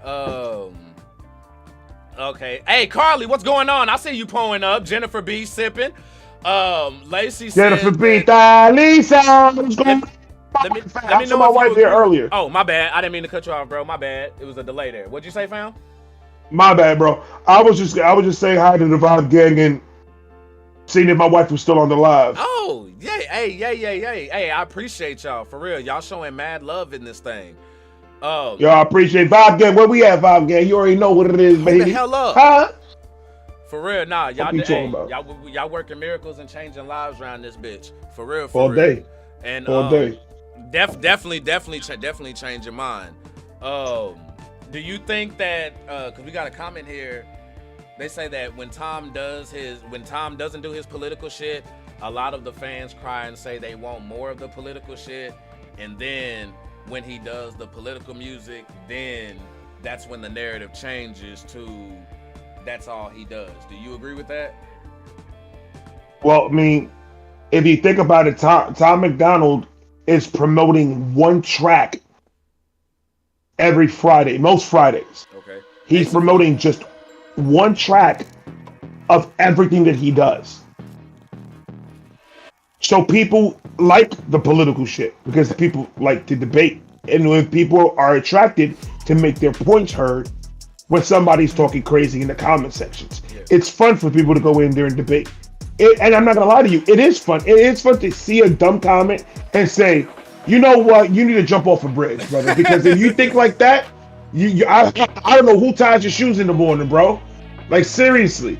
And like, you have to go in on it and say, fuck it. It is what it is. But it's about the detachment of it. It's about once you get off of that, it's over and done with. You're not going back in there and trying to find another victim to go and throw your points across to, because then now you're forcing it. And once you start looking like you're forcing it, it looks like you're losing. So just relax. Just chill. You know what I'm saying? What my boy say? Tranquilo. You know what I'm saying? Just chill. But go take a suave.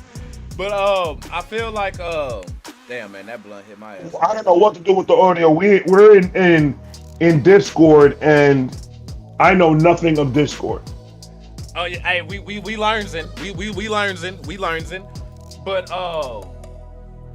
I think like you're definitely right though. Like usually it's the political song that is the single, but this is why I think reactions may be the best way to consume his music. You know what I'm saying? Because the conversations that should be going on are going on in those reactions. Like, for real, I know I tell people all the time when they like, hey, I don't listen to Tom or whatever, so I don't check out these videos. And I'll be like, fuck all that. Come listen to me talk. Because the conversation, like, you don't know, just because I'm reacting to a motherfucker doesn't mean I'm agreeing with the motherfucker all the time.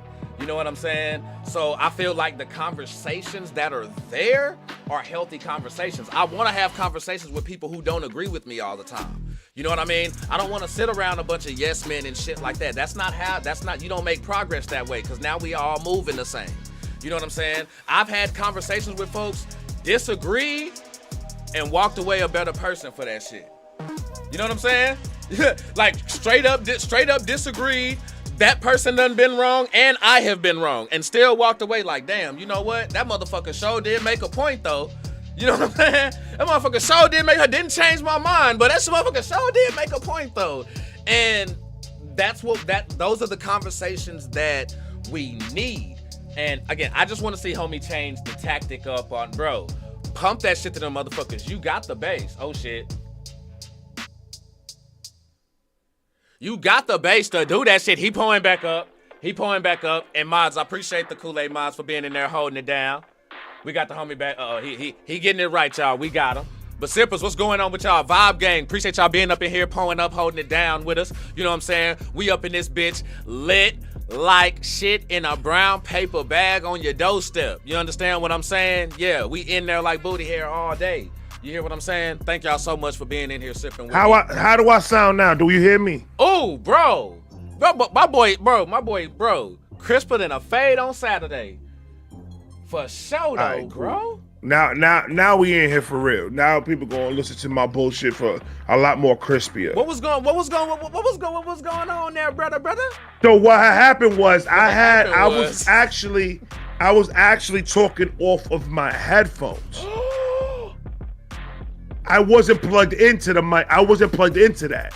Bro, you was just doing the equivalent of them niggas in they rap videos when they be moving they hat brim for no reason and shit. Bro did all that mic movement and shit like that for an hour and 41 minutes and wasn't affecting shit. We don't play around here. Fuck you talking about? Fuck we talking about? And kept it pushing though. You know what I'm saying? And I'm a real nigga, you know what I'm saying? I didn't say shit till just now. Lions, Den, Reds, Bills, and all that shit. Say, man, hey, man, I fucking love y'all, bro. And hey, man. The whole time my nigga was sitting in the side, like, yo, this nigga sound like shit, bro. Like, this nigga do not sound like how he be on the live and shit. But see, I'm giving my nigga the benefit of the doubt because I'm like, bro, my nigga know his equipment and shit. My nigga know his setup. He know what the fuck he doing. No, I know my setup. I just don't know Discord. I've never done something like this on Discord. So the settings and the setup and everything, I know nothing about it. That shit fucked me up because to me, I'm sorry. Discord, get your shit together because when I see default, damn it, I expect the settings that I have to actually pop up and be there. So if my shit's on like default, I shouldn't have to go and change it physically to the exact same shit in order for my stuff to get through. Can we get an update, please? Fucks with your boy. But let's see. All right. Here's one right here. I got a topic right here, and then after that, shit, bro, we can shoot the shit because, like, really, how long you got, bro? I ain't keeping you, am I? Bro. Already, let's ride then. Let's ride. We in this thing, y'all. Sip with us for real. We can't go too deep because I still have to have you up on mine. So like that, we can have a lot more to talk about when we go up on my podcast. Oh, yes sir. Matter of fact, so we can't go too crazy. You know what I'm saying? Because we got, you know what I'm saying? Hey, just saying, we got more shit cooking over here. For real.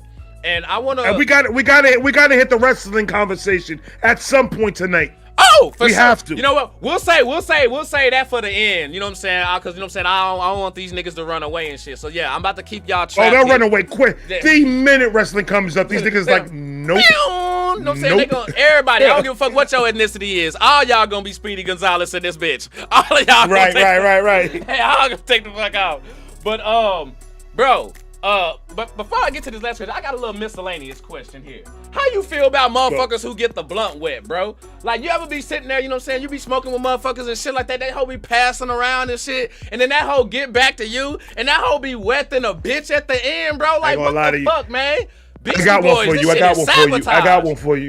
got one for you. So, I'm at my cousin had like this, we just started smoking weed, bro. Like this is like, we were young. We were like 16, 17, around there. Okay. We were like really hitting the blunt every day.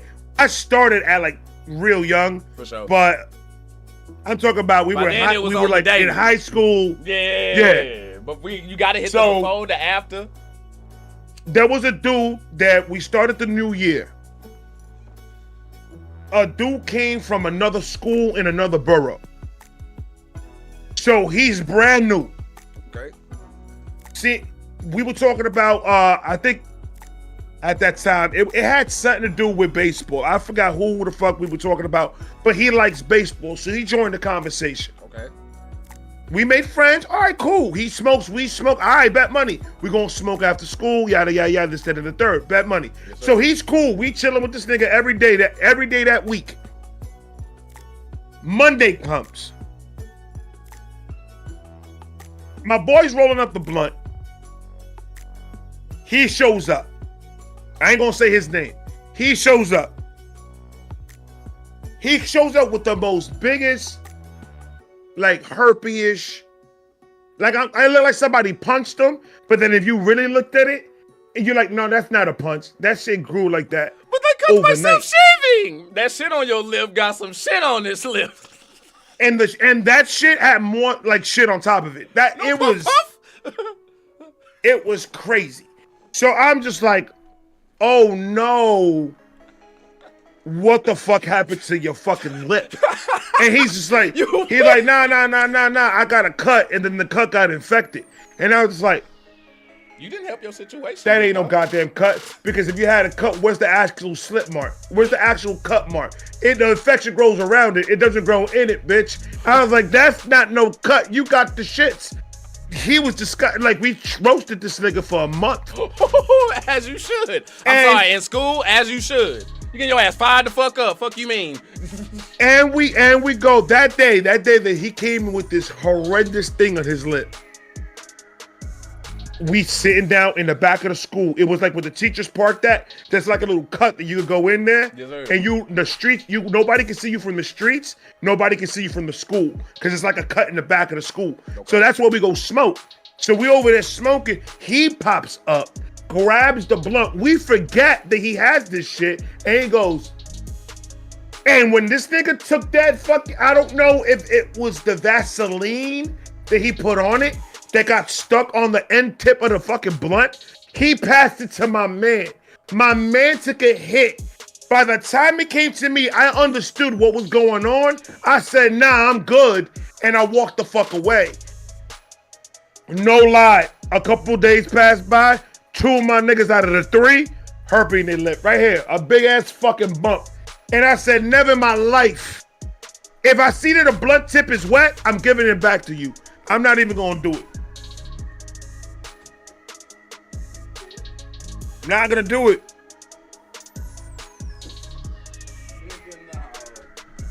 Nigga, hell nah. I'm about to check. Hell no, I'm about to. Check that shit up. Right there. Check that shit up. Hell no. Because when I tell you that was a waking moment for me right there. That's just like I literally saw an STD get transferred. I saw the beginning to the end of an STD getting transferred, and I didn't know how to deal with that in my life. Bro, you understand what I'm saying? So when it comes to a wet blunt tip, you're a greedy fuck. You know you did that because you wanted the whole fucking blunt. I'm not stupid. I wasn't born yesterday. Have it, bro. Like I got more weed, bro. Like if it was that bad, take the whole fucking thing, bro. You good. But these motherfuckers that I don't know why is it so wet. Like, bro, you ain't gotta you ain't gotta put the whole blunt in your mouth, bro. That's why I smoke with this. I smoke with this. I don't smoke with my lip. I don't put it in my lip. Hell no. That's why my shit, bro. And you know saying, and like we's niggas, you know what I'm saying? So our lips thick as fuck. You know what I'm saying? So like, yeah, that's exact. That's why I just went and got the Burt's Bees. You know what I'm saying? Because, bro, you know, that's I'm on that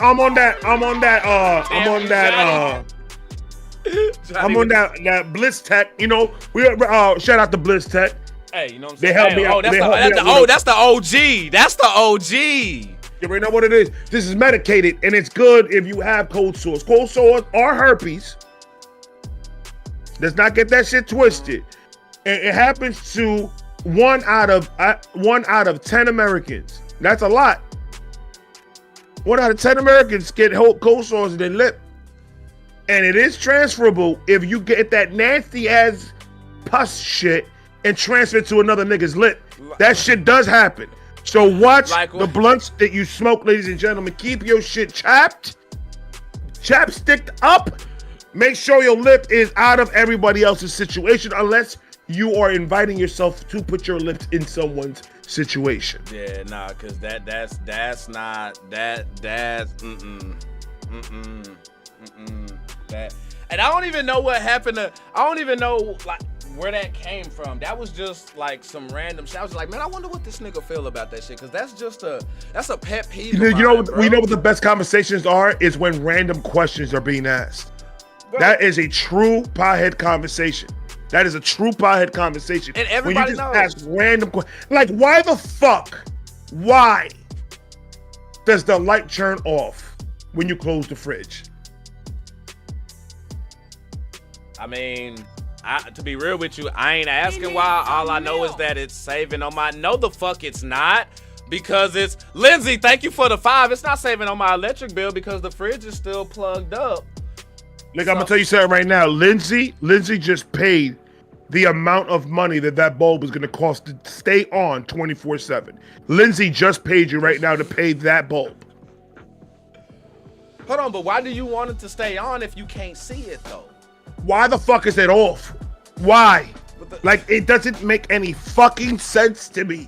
There's no reason for it. It's not like people live there. It's not like I understand why it's on. Why does it turn off?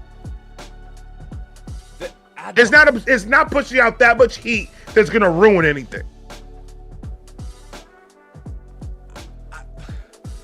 I'm not. See? Told you. No, but why have Told you! No, why have it on? I'm trying to think, like, why would it be on? Like, if the door is closed and we sitting over here, like what we doing right now, why do we care if the Kool-Aid in the fridge can see in the dark? Okay, so let me ask you another question with that one. Why does it matter for it to turn off if you're just going to be ignoring it anyway? Okay. Well, I mean, god damn it, homie done really brought logic to an illogical situation. On the live. And that's why they call me Vibe Reactions. Fuck, sit back, let's go. Doing tons of them. I sit here and I start thinking about shit. Nah, I'm with that, bro. I'm with that shit, man. This motherfucker here, bro. This motherfucker on a damn light bulb. Okay. Oh, I got one for you. I got another one for you. When it comes to when it comes to music, bro. Like I know you said like you grew up in it and everything like that, but as far as your background, are you like, do you have any like of the artist part of the background, or is it just more just like a hardcore fan your whole life? I was back when I was younger, when I was when I was like in the streets with these niggas, these battlers, like these motherfuckers that go to the studio like every like Friday, Thursday, Saturday type of situation. And these niggas don't go to clubs, they go to studios. I was that nigga in the studio, you know, rolling up and smoking and just vibing to the music and just giving my input. And you're like, yo, give me this. I was always that, hear this before I put it out type nigga. For sure. They always want me to be there because I'm always gonna tell them, this shit, you need to get this shit the fuck out my face.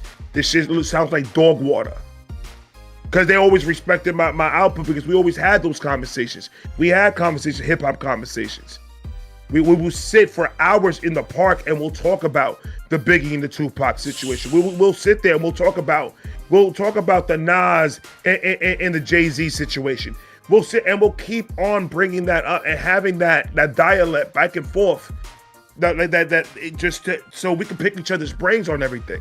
Right. So when it came to them making music and saying, I want to rap, I was always, because they called me, my name out there was Peoples. They used to call me Peoples back there. You look And they like were a like, yo, Peoples. bring Peoples over here. Tell Peoples to come through because we're going to be at the studio. And studio was like literally like walking 20, 25 minutes from my house. Oh, shit. So whenever they hit me up on the jack, I'll be like, all right, I'll be over there in a minute. And I go grab my shit, go, and I'll be there until like 3, 4, 5 o'clock in the morning. And it's not on no stupid shit either. Not on no, oh, these niggas is out here doing crazy shit in the studio. No, it was literally we had a producer, we had 5, 6 rappers, we had a couple of dudes and a couple of females in there. We had weed, we had liquor, and these niggas were working. That's what happened. That's what just happened in that area. And we'll go in there and I'll listen to it. And they'll be like, yo, how it sounds to you? Sounds good to you? Like, do I need to change this? Do you think I need to change the hook? Or I need to get more aggressive with it? And then I'll give them what input I think at that time I see fit that it's gonna make it sound a little bit better. Because the whole point of me being around is to make sure that he's gonna put out the best music that he can to gain the most views and listens that he can. As a real nigga. So he could do something with this. So I was always that nigga. The niggas came, said, yo, come and listen to my shit real quick. I want to see what you think about it. So you telling niggas like, bro, that shit was whack. Like, bro, nah, you gonna have to, or not necessarily whack, but hey, you may need to fix that bar. That ain't really. Now, you know I've tried it. I've tried writing and I've tried rapping and I've tried doing shit like that. And it just wasn't for me. And I understood it. I know that I don't have the voice for it. I don't have the cadence, the flows. I can't get it down. I can't rap on beat. I can't do any of it. So I'm like, why am I even gonna try? But I could absolutely hear somebody and know what level they're in rap when I hear their music the first time. I could tell you what level you in lyrically. The minute that I hear one of your songs, I can tell you where you at. And that's just because I was around it for so goddamn long. That was a big part of my bring up. That was a big part of my youth, a big part of my life. If I'm not in the streets making money, I'm in the studio with these niggas and we're trying to make the best music that we can make as independent artists. Fucking printing out CDs, fucking making shit on these bullshit ass computers, waiting 3 hours for internet to work. And then you come out and make these plastic ass fucking CD cases and go to fucking DJs to the club, and we go to the fucking train stations, we go to bars, and we go to all these places where DJs are playing music. Yo, give my man a spin, listen to his shit, and give out free fucking demos. See? Putting all the money that we got into this shit so like that one of these niggas could grow. And that's what it was. That it was fun. It was fun watching them work. It was fun watching them put shit together. And it always impresses me that it doesn't matter who's up there. Someone's always bringing something different when they're going in there and trying their material for the first time and letting people actually listen to what they're saying for the first time that took them long to write. It's a beautiful experience to see a song being created from its conception of an idea all the way into a video or an audio or an album. People don't understand why I love it. That's why I love it. I've seen how it was made. I've seen how real MCs love this shit. And when people come and disrespect it, I feel a fucking way about it. Yes, and you bro, you should, because I still do. This shit needs to be taken serious the way we're taking it always. The second motherfuckers stop taking it as serious as we're taking it, like how we talking right now, we have a problem, which is why we have a problem with the fucking mainstream right now. Because if you quiz me on which was the mainstream rapper that is the best at this and what's the name of this rapper's album, I'm not going to give you any of that trivia, because the majority of my time me listening to music, I had a handful of mainstream niggas that I listened to, and the majority of them were the underground rappers that were trying to come out of Brooklyn and trying to rap. That was where my main focus was when it was in music when I was growing up. I had Wu-Tang, I had Nas, Biggie, I had Jay, I had Method Man Single, I had Eminem, and I had Buster and DMX. Okay. Those were the main people that I went to for my music. The rest was all these underground niggas coming up. So it's a different experience, and people have different experience with hip hop. My experience, thank God that I grew up in an era where the hip hop was just different. It was just pure, and it was, you knew who was what and what was what. Oh yeah. And everything was given to you in no such question. a raw way that now it's really like diluted with bullshit. Bro, To be honest with you. Oh no, I completely agree with you, bro. Which is why, like, I had asked the sippers one time if they like physical or digital, and I was a big physical dude. But then when one of them brought up as far as like how easy it is and how you got that forever library, I'm like, okay, yeah, that's cool. It just means I have to put in the work now. Speaking of which, next time I come on and fuck with you, cause I didn't do it last time I was on. I'm gonna spit for you next time, so you gonna know it. So you gonna, you know what I'm saying, you'll be able to grade and see exactly what level your boy on. You got anything recorded out? Oh, of course. I got you. Yeah, I got you tomorrow. I got shit recorded out now. I was gonna do now. Even then, whether you play some shit on there or not, I'm spitting on your live. I'm spitting live on your live. You know what I'm saying? You do, bro. The platform, when you come up to the crib, that's what I call it. I call that the crib. Yes, sir. When you come up to the crib, you do the stage is yours, my brother. You rap. If you want to come in rapping, you could come in rapping and rap for 20 minutes if you want. It's yours, brother. It's you. I don't care about none of that. Bro, hey man, it's all love, bro. I'm just that I want to be known as that funny nigga that is just there, just trying to be as real as he can and trying to be as funny as he can. And just there. I don't want to be in the spotlight, but I want to be like I want the light to hit me in the nose a little bit. But I don't want to be in the exact spotlight. That you know what I'm saying? He want to get that. You know what I'm saying? That rocket. I want to be that rocket power. Like you're gonna get side A of things, arguing and complaining. You're gonna get side B of things, arguing and complaining, and then you're gonna get a nigga like me in the side saying, these niggas is crazy. And just sit there and just take it all in as much as I can. And see how crazy things could get.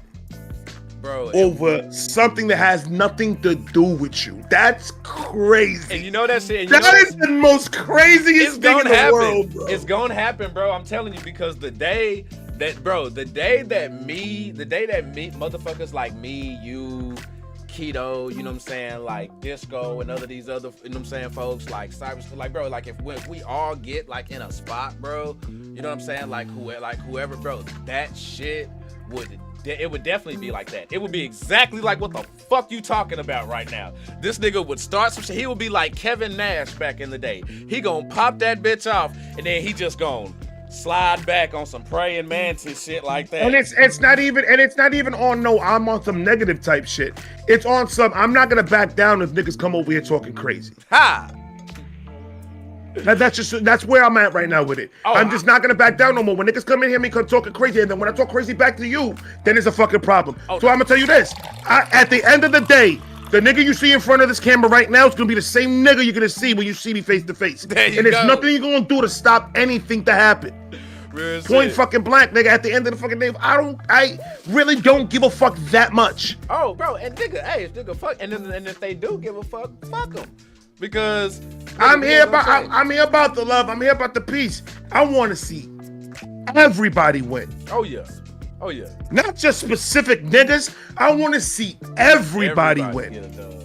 So if you're not on that train, if you're not on trying on be like, yo, hitting me up because you want to work with me, I'm gonna tell you this right now out loud. I am not answering back to nobody that is contacting me about anything that has nothing to do with work, positivity, and some good shit.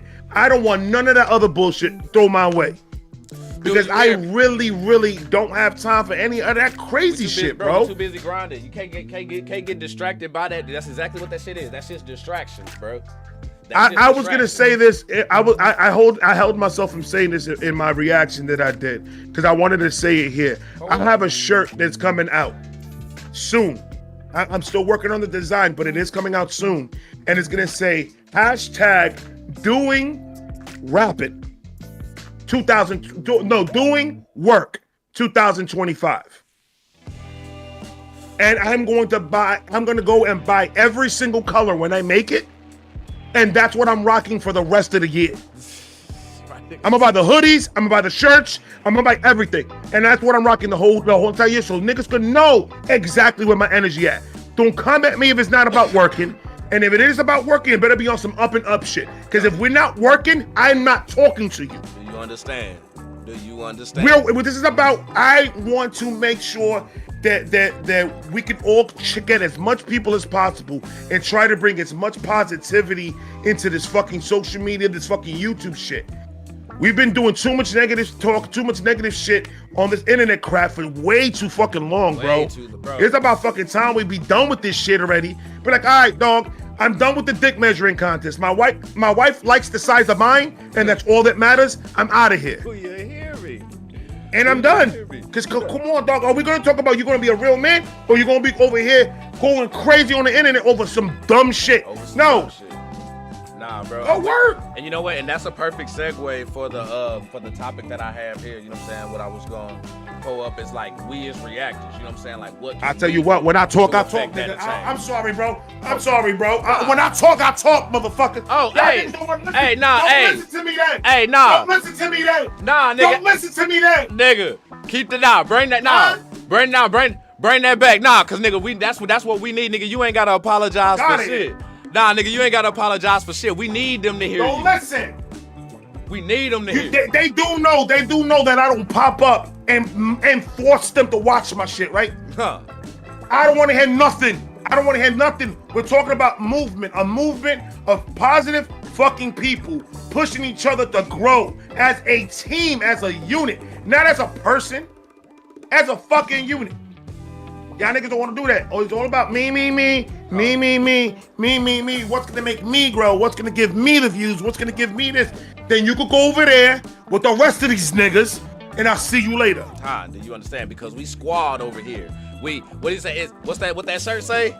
Does that shirt say? It say vibe, and then that shit say gang at the end of that bitch. You know what I'm saying? Last time I checked, the gang was a group of motherfuckers. Look at this, you know what I'm saying? It ain't like my shirt, you know what I'm saying? See, this shirt's singular, you know what I'm saying? Champion need to put an S at the end of that bitch and make that bitch plural. You know what I'm saying? That's what they need to do. No, hey, for real, bro, because it's a fact. That's the exact type of time that I'm on, bro. That's the exact time. There's zero time wasting around here because it's cool. And it's cool because sometimes you got to talk about stupid situations, and sometimes you got to get in the middle of stupid situations. Yeah. So you could give that. All right, now we're gonna talk common sense here. Everybody else is talking what they're talking, but let's come over here. In this area, we're talking common sense here. Let's see it as a normal human being, how a normal human being will go in any situation that has to do with their survival. They're never going to go at it the way they go at it with their favorite rapper that they're going to defend when it comes to music. They're always going to weigh the odds, and they're always going to weigh the options when they have to do something that has to do with their or their children's survival. They're never going to do that for who they love the music because they love it, but they're not going to put that much time into putting that much effort into it. They're in here to have an entertaining time listening to their favorite artist's voice, putting words together on a beautiful beat. And they love the way they do it. They love what this person stands for. They love what this person's attitude is, and they're supportive 100% of the time. But the minute that we stop using our brains because of somebody is the moment that we start being biased. And then that's the moment that everything that comes out of our mouth starts making us sound more and more crazy the more and more that we defend this person. I say, sit back, listen to both sides of any situation, figure out where the disconnect is, and keep it moving forward. We ain't got time for drama 2025. We ain't got time to these niggas because they don't know. Nigga, when I talk, I talk. What are we talking about? Fuck we talking about, Wayne? I'll tell him. We talking about, I don't know, y'all know about that Rick James? We talking about unity. You know what I'm saying? That's what the fuck we on. That's what the Wayne fuck know what we talking about. Wayne know what we talking about. I'm Millie. Wayne know what we talking about. And I'm telling you, we could do that shit. We could do that shit 4 hands better than 2, my nigga. Like real shit. And gotta bring them in, bro. And we all gotta do this. We all gotta do this shit together. And we all can do this shit together. And we all will do this shit together. And if you're not doing this shit with us, then we just gonna have to step over your ass and keep it moving then. I mean, I don't know any other way to put it. But like, because just like I know we've been talking about like the fans and things like that, but even us reactors, we the fans too. And Absolutely. I feel like just like anybody with any platform, as soon as you start doing things like this and you do have people who support you, I'm sorry, there is a responsibility that comes with that. So yeah, I just felt like it would be irresponsible to just sit by on the side and just let a lot of the mess continue. You know what I'm saying? Because again, they gonna listen to the fans at the end of the day. No matter like all this beef shit, if y'all tired of seeing niggas dying out here, you know what I'm saying? Y'all tired of seeing motherfuckers getting hurt, and you want just that's the main point, Archie. That's the main point. Is that everything is fun and fucking games until somebody ends up getting hurt over it. And then when someone ends up getting hurt over it, now we got both sides mourning, grieving, and then blaming each other. Yep. And that's where you get a war. Yep. So before it gets to that point, let the rappers rap. It's all out. Let it be. It doesn't, at this point, I honestly can't even call it the battle anymore. I don't even care who won this. For sure. If you want me to tell you 100% how I feel about everything, I don't care who did a great diss track. I don't care whose diss track is what. I don't care. I don't care who wins. I don't care who wins this battle. It's to a point where it wasn't entertaining for me anymore. As a fan, not as a reactor, as a fan, it was entertaining for me anymore. And you know what happens when I'm in front of this camera and I'm watching something that I'm not entertained? I get bored. And when I get bored, I want to punch shit. So at the end of the day, fucks with it. I'm going to go live one day. I don't know when, but I'm going to go live one day and I'm going to do all the battles at once. And I'm just going to knock it all the fuck out. And then if you like it. If you don't, then don't. But I'm done with it. After that live, I don't want to hear nothing else about nothing. Already. Nah, hey, y'all heard the man, which is why, hey, they say they would. I heard a sipper actually pull up and say that they wanted some of that wrestling. Domo, peace out, my dude. I appreciate you coming through, sipping, my G. But Vibe Gang, man, I love all you Vibe Gang, man. I see you guys. Pulling up big. So, bro, like as far as what you want to get on first, bro? What you want to get on first on this wrestling thing? I know you said you wanted to. I'm trying to remember where we left off, because when you were coming out of work that day, and you jumped on my live when I told you to jump up, remember? Yes, sir. We ended off with wrestling, and I'm trying to remember what we ended off with, because we said we'll get back to this when we're able to sit down and actually talk. And I'm trying to remember what the fuck we were talking about at the end of that conversation until this day. I've been trying to remember since you told me if I wanted to come up here. And I'm just like, what the fuck was it that we were talking about? Because I know we went through our favorite wrestlers. We went through our favorite era of wrestling. Yeah. Oh, I think I know what it was. I think I made. Hold on, was it? Because I remember I had said something that I remember you making a face. I said that today's era of wrestling is the best era of wrestling. Like it's the best it's like the best wrestling that we've had. You know what I'm saying? Like back in the day. Well, okay. So when you say that's where we left off, that's nigga. Where it was. That's where we left off. That's what it was. Because I was about to chew your ass a new one. Let's do it. But before I do that, now do you mean this is the best physical time in wrestling?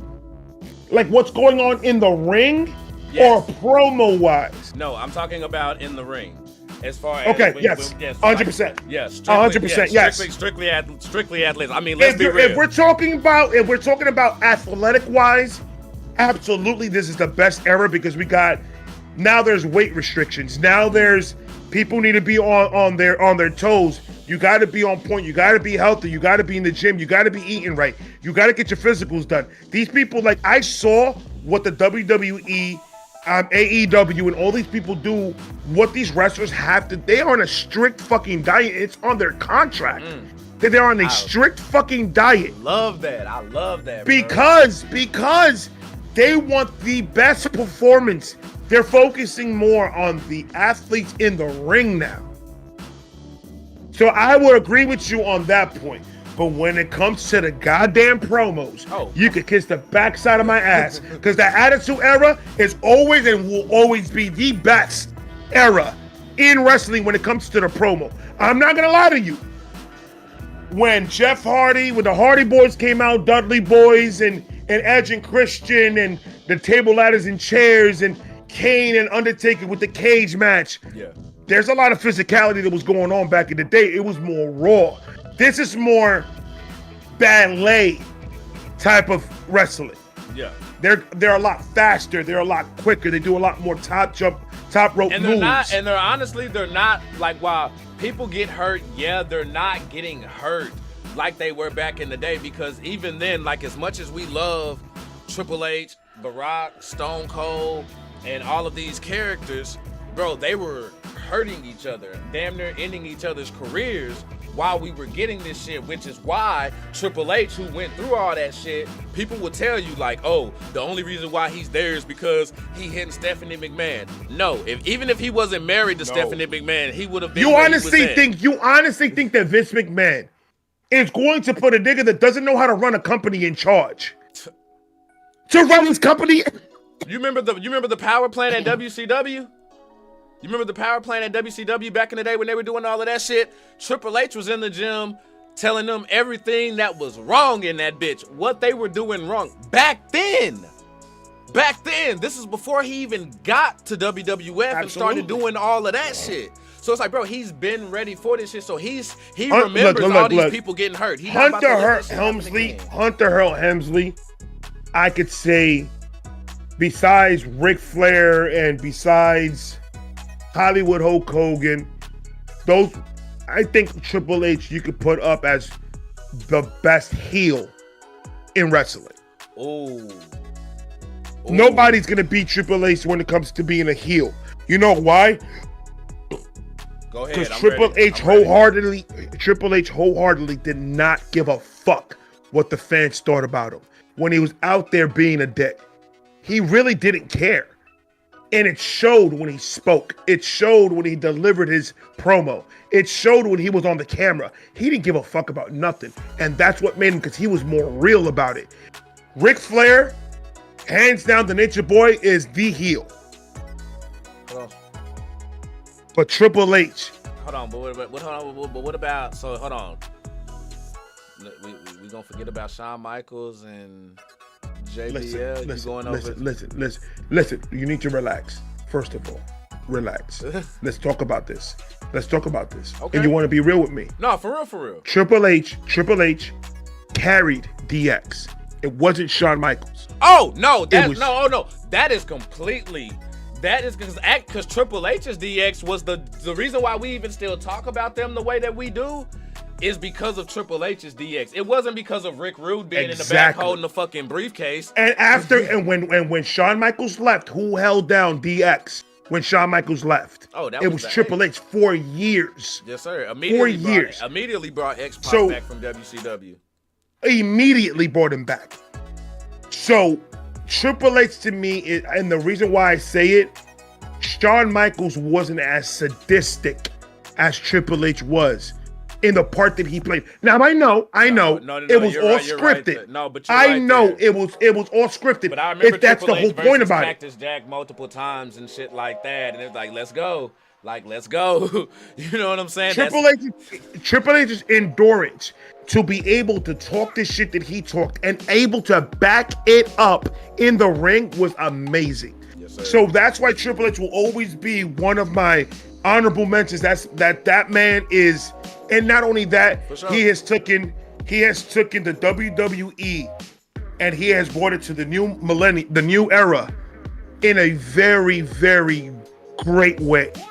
The way he's pushing the business, And I knew it from it's NXT, amazing. bro. I knew it from NXT because even when Vince McMahon was running NXT or WWE, NXT was trash when Vince was running it. Bro, but when Triple H was running it, though, it was better than the shit that was on the main roster, which is why you look up, and now 90% of the roster, 95% of the roster is NXT. There's a reason for that. A lot of you look at these stars, even the people who you celebrate in AEW and New Japan and GCW, MLW, and all, there's NXT every fucking where because Triple H just knows what he's doing. So no, I'll definitely say that he's up there. He was one who didn't get his respect till later because he did such a good job at making you hate him that you didn't give him his props. But you know why I love one of the other reasons why I love Triple H is not only that, it's the way he did it. Because he was a babyface. Triple H was a babyface. He was a good guy at some point. Oh, they say no But Jimmy it Hart, was- $1 Million Man. Well, those were more like managers. I mean, the $1 Million Man. Those were like, yeah, but if you're talking about believability and how sadistic he was when he was going at somebody and the role that he played as a heel, Triple H was vicious, man. they're not going to top what Triple H did in the Attitude Era. Nobody's going to do it. Not even Undertaker when Undertaker was bad. No. Not even Undertaker, because you know why? I was more worried about Stone Cold Steve Austin and Triple H getting in the ring and fighting than I was with Stone Cold Steve Austin and Undertaker getting in the ring fighting. Because Stone Cold Steve Austin and Undertaker's got in the ring fighting so goddamn much. But with Stone Cold and the best beef in the Attitude Era is Stone Cold and Triple H. That is the best beef to me. Because it was so it got to a point, bro. It got to a point where I was just like, yo, I really think behind the scenes these dudes are gonna fucking kill each other. That's how believable it was. Seeing it live. That's how believable it was. And I was just like, all right, the Rock and Stone Cold problems that they had, okay, that one was good. It was entertaining because The Rock on the mic, nobody could compete with The Rock on the mic. Right. But when you look at the feud themselves, the feuds were more like still kind of corporate vanilla. They weren't as raw as the Stone Cold and Triple H promos and just what made Their those shit was stories their, really just... They went outside. They went outside the box of ideas to come up with to sell this fight. All I see wrestling as a promo, a long ass promo to a main event. That's all I see wrestling as, a long ass promo. They're promoting it left and right, and their ideas were original. WCW wasn't doing half the shit WWE was doing. Nah. That's why WCW went down, because they were not original. Their storylines were crazy, and it didn't make. Everybody was the top dog there. Everybody was the top dog there. They were really a one-trick pony, and that was just having people jump from somewhere else, show up, and then after that, they didn't know what the fuck to do with them. So right. The storylines were nobody knew who was fucking running what, and yeah, it was, bro. When DX took over WCW. Oh, when they pulled up outside. Oh, with the tank? When they pulled up outside. Oh my God. Say. With the tank, that was crazy. And for homie to put together, like, he really did put together like one of the best factions. But like, I feel like I'm with you on promos. Everything Attitude Era and before, promo wise, was legit because Dusty Rhodes and them cut some badass promos back in the day as well. They did. But like we seeing motherfuckers, like, I'm not even. Oh, you're talking about that's the golden age era of wrestling, though. Yeah, Dusty Rhodes and all of them, and Ric Flair and all of them. That's the golden age. We're right. talking about that Attitude Era. There was no censor. You saw the red blood. You saw the injury. You saw the gritty. You saw all of that. And they didn't cover any of it. The FCC and the FCC were all over that, which is why we haven't gotten back to that until WWE just got back to Netflix. Like, they were just down here in Dallas Monday, but I ain't gonna lie, I prioritized this shit right here, you know what I'm saying, and the grinding shit versus going and spending my bread just to watch some wrestling. Cause shit, I spent my $400 to watch The Rock last time he came through here, and shit. So I'm like, shit, I'm good. I'll watch it. So from Rock, TV. I don't. People can say what they want. I love how The Rock came back. I love how The Rock came back. Rock is my favorite wrestler. Yeah. The Rock is absolutely my top favorite wrestler from everybody. Any era, because that microphone, when he grabs it, it's magic. It's every time magic. And you know how I know it's true? This whole storyline that he has right now, The Rock is supposed to be a bad guy. Why the fuck every time he comes out, that motherfucker gets more cheers than anybody else? Because homies, they like, again, the fans didn't know what they want. They thought they did.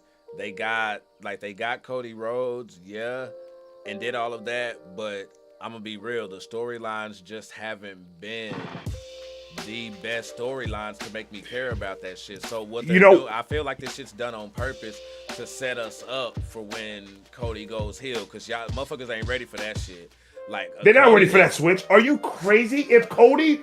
Oh my God, bro, you just put something in my mind right now that I can't take it out. If Cody Rhodes goes heel, Trump is gonna say, I don't want to be president no more. Bro, shit's gonna hit the fan. That's your Triple H 2.0 right there. Like, for real. That's your Triple H 2.0. That'll be the next best thing to it since. Like, even if it don't get there, that'll be the closest you will get to that when he does. Because, my damn, if you don't know, you better go check some. Because if I'm talking about Ring of Honor, New Japan, hey, that boy Cody can get TNA. Cody, that's why I like, and you know what else I like is these guys that have that background that their fathers and their fathers' fathers and their fathers' fathers' fathers were wrestling in this shit in this that business. Nepotism don't and bother me. And they're keeping up. Even The Rock, and people in the beginning when The Rock made The Mummy Returns. Later Unique. When The Rock did The Mummy Returns, that's the first movie The Rock did, or was it Walking Tall? No, you're right. It was Mummy Returns because he popped. It was Mummy Returns, the first movie The Rock made. There was a big hassle. People saying, "Oh, The Rock is going to go Hollywood. He's not going to come back. He's not going to do this. He's not going to do that." And I was just like, and at this point, I'm just like, "Yo, The Rock is my favorite wrestler. You talk shit about The Rock, you talking shit about family, bro. That means I'm a fight for this dude to the day I die." So I'm over here and I'm fighting and I'm looking at it, and then he leaves again, and then he does the Scorpion King, and then he comes back, and then he leaves again, and he does Walking Tall, and then he keeps on. But you know what's consistent about The Rock? He keeps on coming back, no matter what.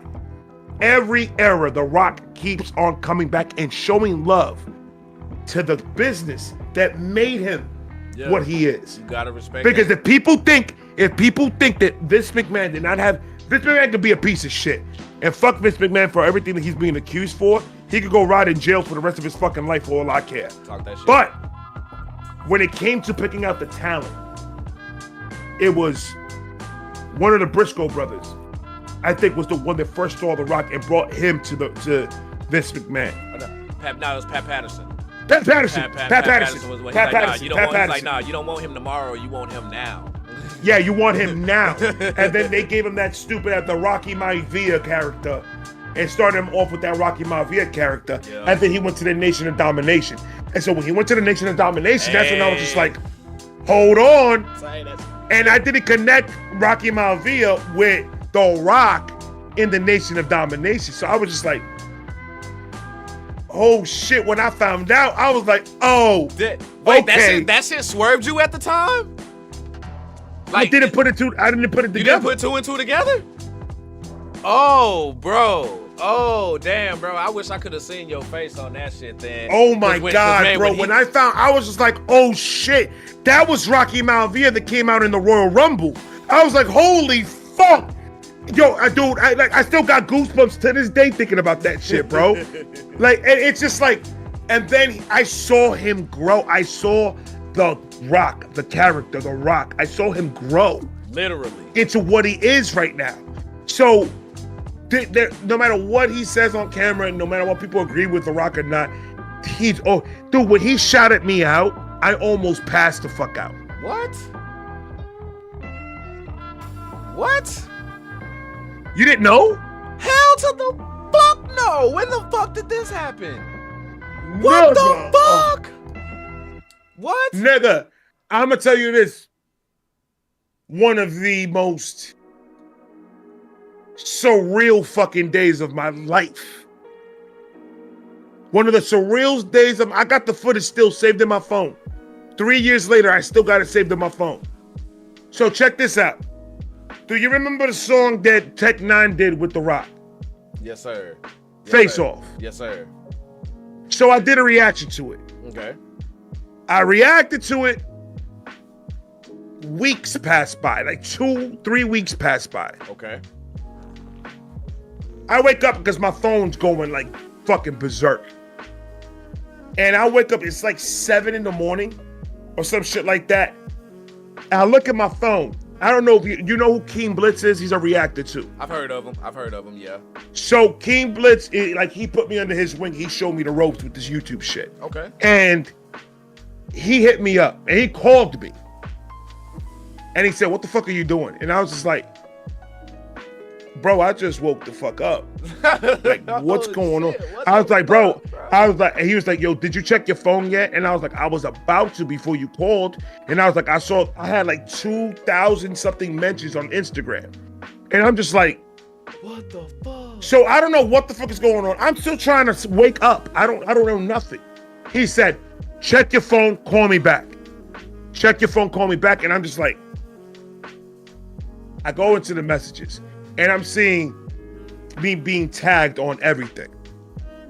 And when I look at it, there's a part that The Rock is about to start rapping. That since I am a Rock fan, I'm Team Rock. Team Bring It. I'm Team Bring It 100%. This is the first time The Rock was rap, besides the one that he did with Wyclef back way. Wyclef in that one. It doesn't matter. Yeah. Besides that, I'm like, okay, now you with Tech 9 now. So I'm just like, so I go. My number 2 favorite rapper, Method Man the First. He comes in, and then I go. I get really excited. I go, "If you smell," I do a bunch of crazy shit, and then I go. And I do the sign of the cross before he starts rapping, because I'm just like, oh, please let this go well, because I don't want The Rock to get like smeared on because he came on the beat with Tech 9. Right. So I do that, and then that's the clip that he clips out, and he says, "Shout out to @RayVibe for the sign of the cross and giving me love on my new track." And he posted it on his Instagram. Oh. So I went. When I saw that, I went, ooh. My wife, my kids, I woke up my kids. They thought I was having a heart attack. I couldn't fucking breathe. I didn't know what the fuck to do with life at that point, bro. And it was like one of those times, and I'm just like, babe, you understand something? This is not Dwayne Johnson that said hello to me and shouted me out on his personal Instagram. That was the people's champ. That was the people's champ, The Rock. Bro. That said, "Hey, I see you, and I'm going to recognize you." For one of your heroes, for one of your fucking heroes to do that, bro, that's how I knew I got to keep on doing this shit. Bro, that's good shit. That's good shit, bro. That is. I got mad shout outs, bro. I ain't gonna lie to you. I got mad shout outs, bro. That is mad shout outs. Bro, hey, bro, and props to you, dude. For real, friend. That's just to let, bro, the work's been done. The work's been getting done. And that's just what I love about that so much, bro, is that you weren't looking for that or didn't do anything like it. Like, that shit just came home. He just did what he always been doing. Just going, you know what I'm saying, doing what he do, doing what he love, and then boom.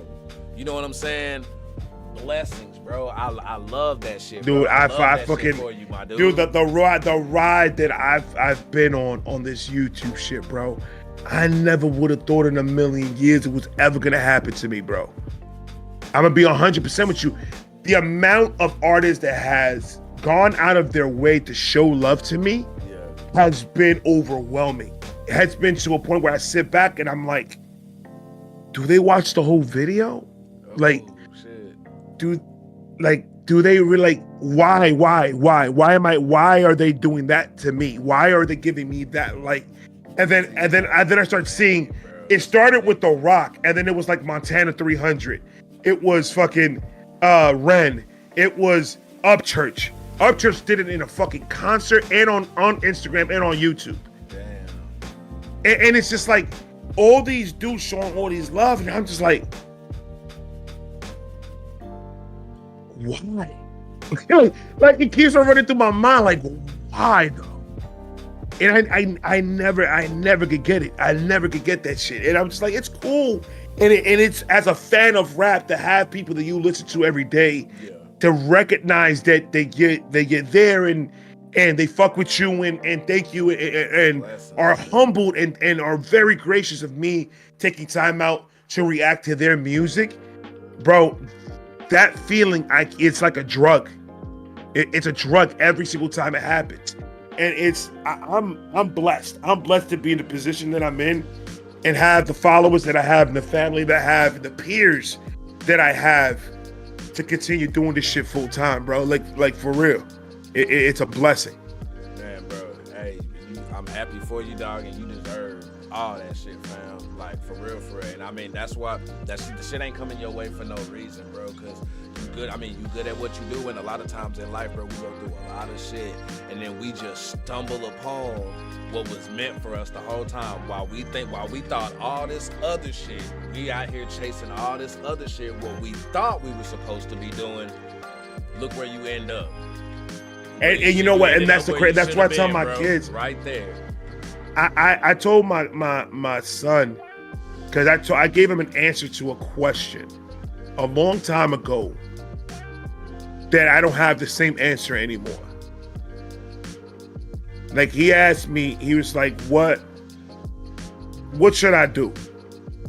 The first answer that I gave him is find a good job that pays you well, bust your ass, break your back, pay your bills, put some savings to the side, be responsible with your money, take care of your family. That's your job. And then I quit my job that I was in for 7 years in an industry that I was in for 20. And start doing this full time. And then I told my son, I'm wrong for telling you that.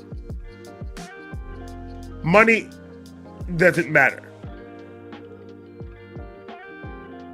The views and all that doesn't really matter. Because if you have to be somebody fake, that fake it to make it shit, I hate that line.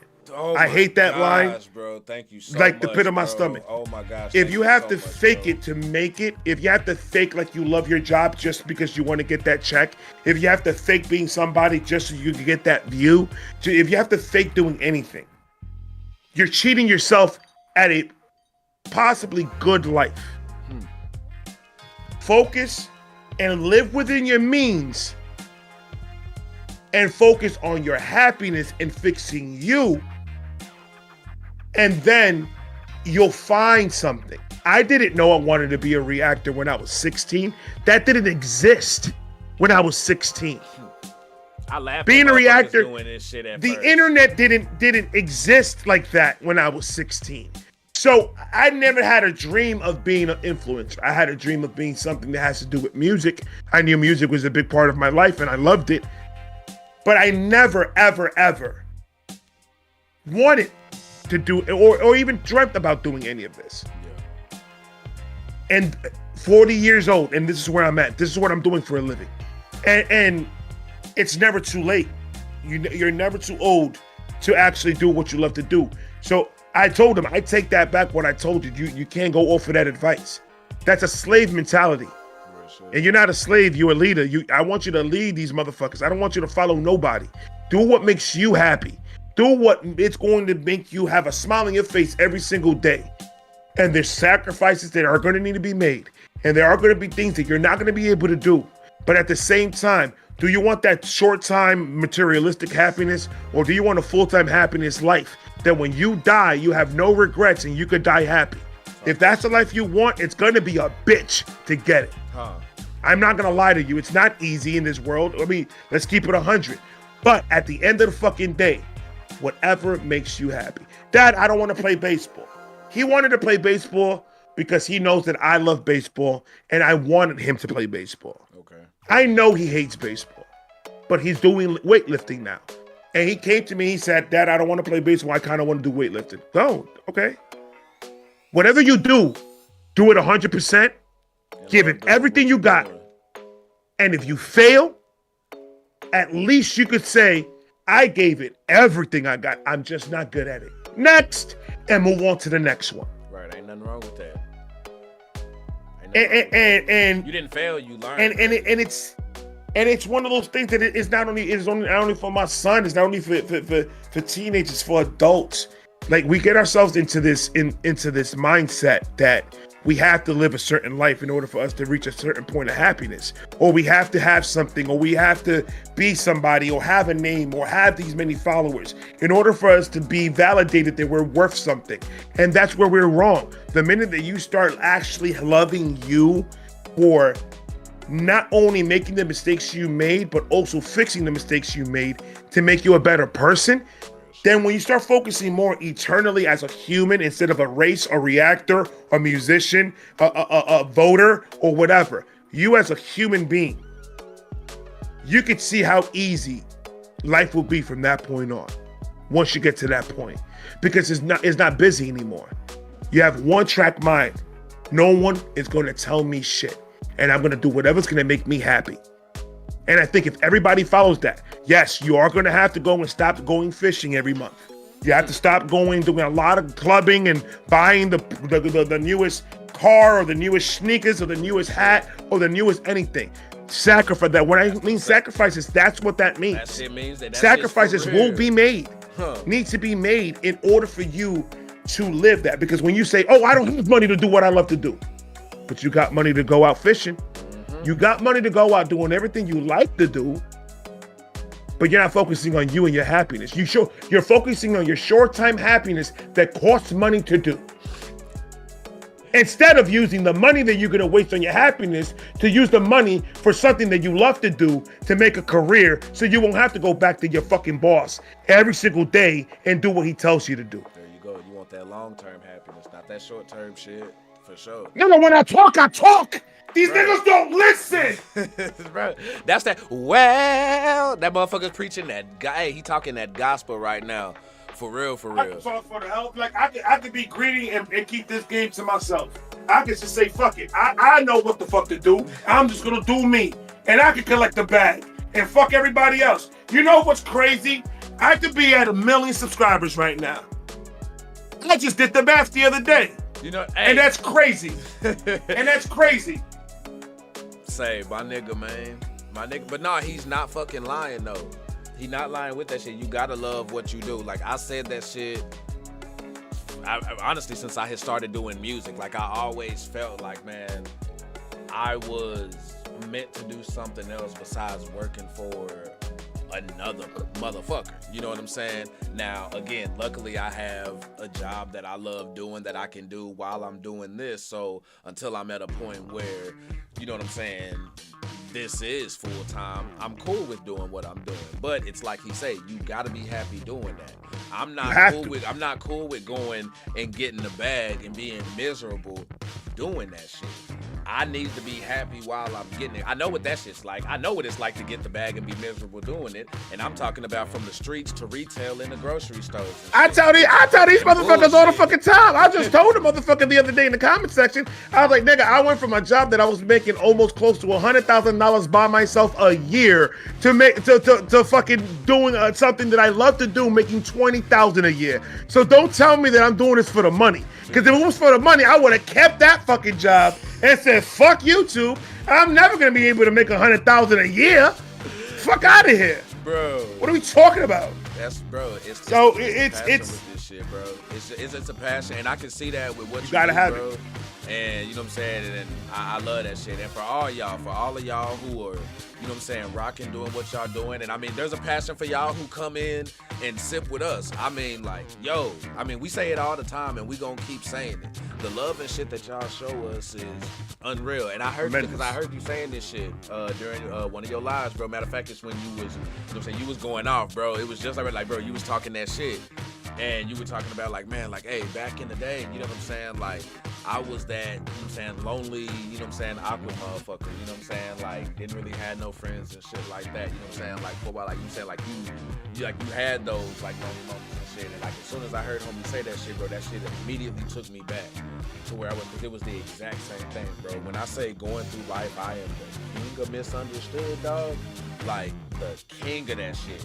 Because number one, motherfuckers look at me, they think I'm younger than I am. You know what I'm saying? Right. But then being older than I am, that also does me in certain areas. But like, if I'm talking and I'm spitting some shit and I'm talking, I gotta do extra to get a motherfucker to hear what I'm saying. You know what I'm saying? See, when I did my reaction to you, when the fans voted and they wanted me to do the you reacting to Ren, I looked at you and the first thing I did, like, this dude got to be like 20, 21, 22 years old. See? And I get on there, but then I heard you talk. And then I stopped looking at the book. Okay. And I started hearing the words. Okay. And I was just like, if he is 20-something years old, this is the most knowledgeable 20-something years old that I fucking met in the internet. Because you talked like you were your age. Yeah. You talk like you know what the fuck you're talking about. So I was just like, that's why I kind of confused. So when you told me you were 30-something, I was just like, oh, okay, that makes more fucking sense. Right. When you told me how old you was, I was like, okay, that makes more sense. You just look like a young nigga. Oh, nah, for cool. sure. You know what I'm saying? Yeah, you know what I'm saying? It's like, I just got... Black don't cry. Hey, it's the fucking aesthetic, bro, which is cool, because guess what? I'm going to be 50 looking 25 still. You know what I'm saying? That's a so, fact. hey, you know what I'm saying? I'm gonna be 50. I'm gonna look like I'm at least 80 when I'm 50. But hold on, my nigga, you don't drink that much, bro. You don't drink that much. It's not about. I'm joking on that. I am on this health tip with me and the wife and the kids. We all doing this health thing because I gotta lose the weight. I want to feel good. I want to get fit. Not fit. I ain't trying to win. I ain't trying to be like you. I ain't trying to be that shit. I ain't trying to like. I got. The only 6-pack I want is a 6-pack of Coronas that I get from the store later. That's the only 6-pack I want. But I want to be healthy. I want to be, feeling good and looking better on camera and everything like that, because, this takes a lot of work doing what we do. And I kind of push back all the necessary shit that I need to do. Yeah. Nah, I feel in order to keep on doing this shit. So I went to the doctors. I got my eyes checked. I'm good. I need glasses. I'm getting glasses. Shit. And I'm starting to get to that stage. I'm starting to get to that point where I'm like, all right, I need to focus more on my health than a lot of things. So I'm gonna after February, I'm gonna push back on doing a lot of lives and doing a lot of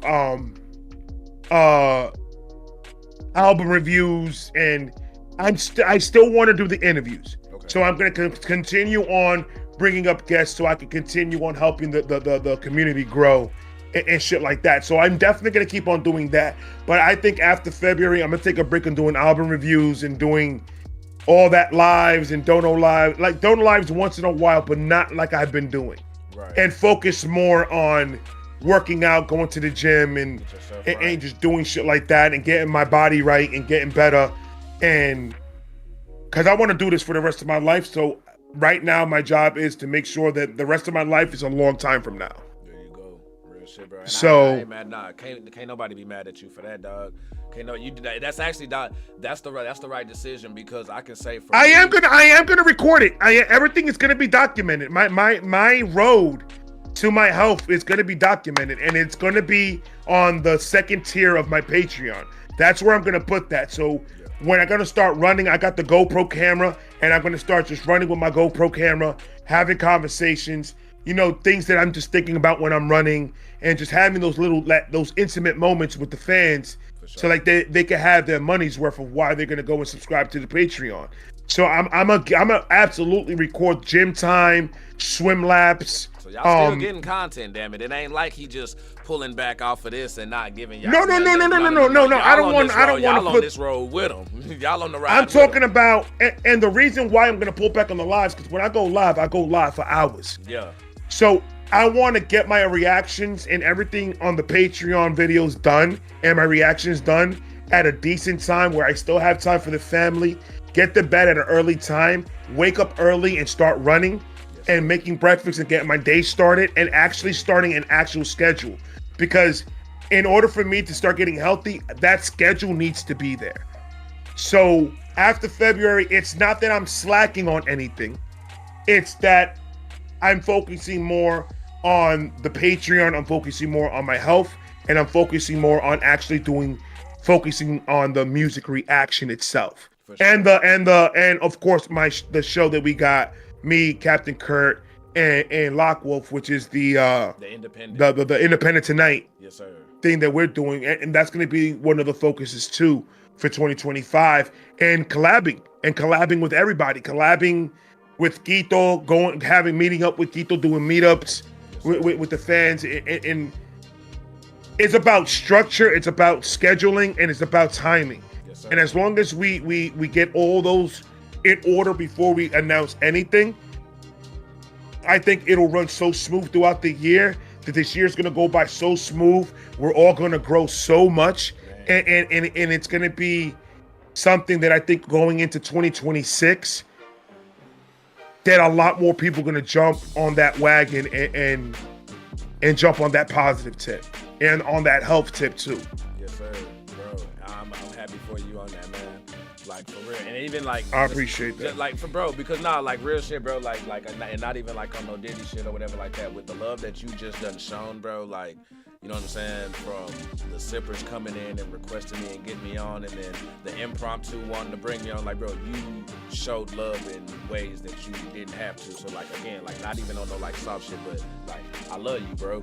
You know what I'm saying? No, like, love, baby. That's real shit, dog. Because ain't got to be no Diddy involved when another man tells another man that he loves him. I tell niggas all the time, and, like, and I see how uncomfortable they get. But see, it's more like I don't know how other niggas is and how they take that shit. So I because I'm with you there. You know what I'm saying? Like it ain't no shame in me saying it. It's more, but no, it's love, bro. Yeah. It's love. It's always love. If it ain't love, then what is it? Nah, real shit. Because you give me another word to use, then I'll use another word. But love to me, it shows like, bro, I see where your heart is at. I see where your heart is at. We can't let Diddy claim that one. I don't give a fuck. He done changed his name by 50, 11 times. Diddy could go. He gonna have to choose something else because we ain't letting that one.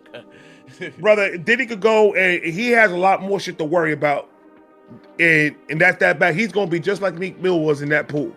Hey, and fuck Paramount for you know what I'm saying, hopping on shit. Like I get it, everybody about to come out and it's real popular to drop that shit, but I'm still dropping my motherfucking Diddy documentary and shit like that. Like I'm not even gonna watch they shit, whatever the fuck they doing, because I'm gonna keep my shit. But like even I got the Diddy documentary. I'm gonna react to the whole documentary. And I'm going to put that on my Patreon. See, things like that, all that shit is going on my Patreon. Oh, see, I'm going to react to... That's good for you. And it shows, like, I want the Patreon to be... I want it to be away from the music. I don't want it to be music related. Sure. This is more of trending topics, things that are going on in the world. That we could sit and have an actual conversation as a group of people that have the like-mind mentality. Sure. That's more of what I'm pushing towards. That is making that type of movement in there where we could actually, you could say your thoughts and you could disagree and you can not agree with what I say. You can not agree with the whole comment, but we're going to keep it respectful and we're going to keep it as family. We're going to keep it together. You may not want to agree with the person, but that's cool. But we're here to listen and we're here to love each other, and that's just what it is. So I got a lot of ideas. That's why that's gonna be my main focus. Is those three things. It's gonna be the reactions, the Independent Tonight, and the Patreon. Yes, sir. And push the fuck out of all of that. And I think with that, I could grow a strong vibe gang that that'll come and actually, and I'm going to bring the price down. I'm lowering the price because that price is way too high. So I'm going to bring it down. The first tier, I'm bringing it down to about $10 a month for the first tier. Second tier, I'm bringing it down to $25 a month. I had 20 for the first, 35 for the second. But I'm gonna bring it down so like that a lot more people can afford to join, because I really want this to be something big where people could go somewhere where they're not afraid or be judged for anything that's going on in their lives or how they feel about something. And that's why I fucks with you. That's why I fucks with you right there, because that's what the fuck I'm on, bro. And that's what we need. We need spaces where people can actually come, sit down, not with just us, but in the comment sections, in our Discords, in your Patreons and shit like that, and be able to do that. Be able to just come together, sit down, and have these conversations, because, dog, I'm a motherfucker. I talk too much, bro. Like, I can talk.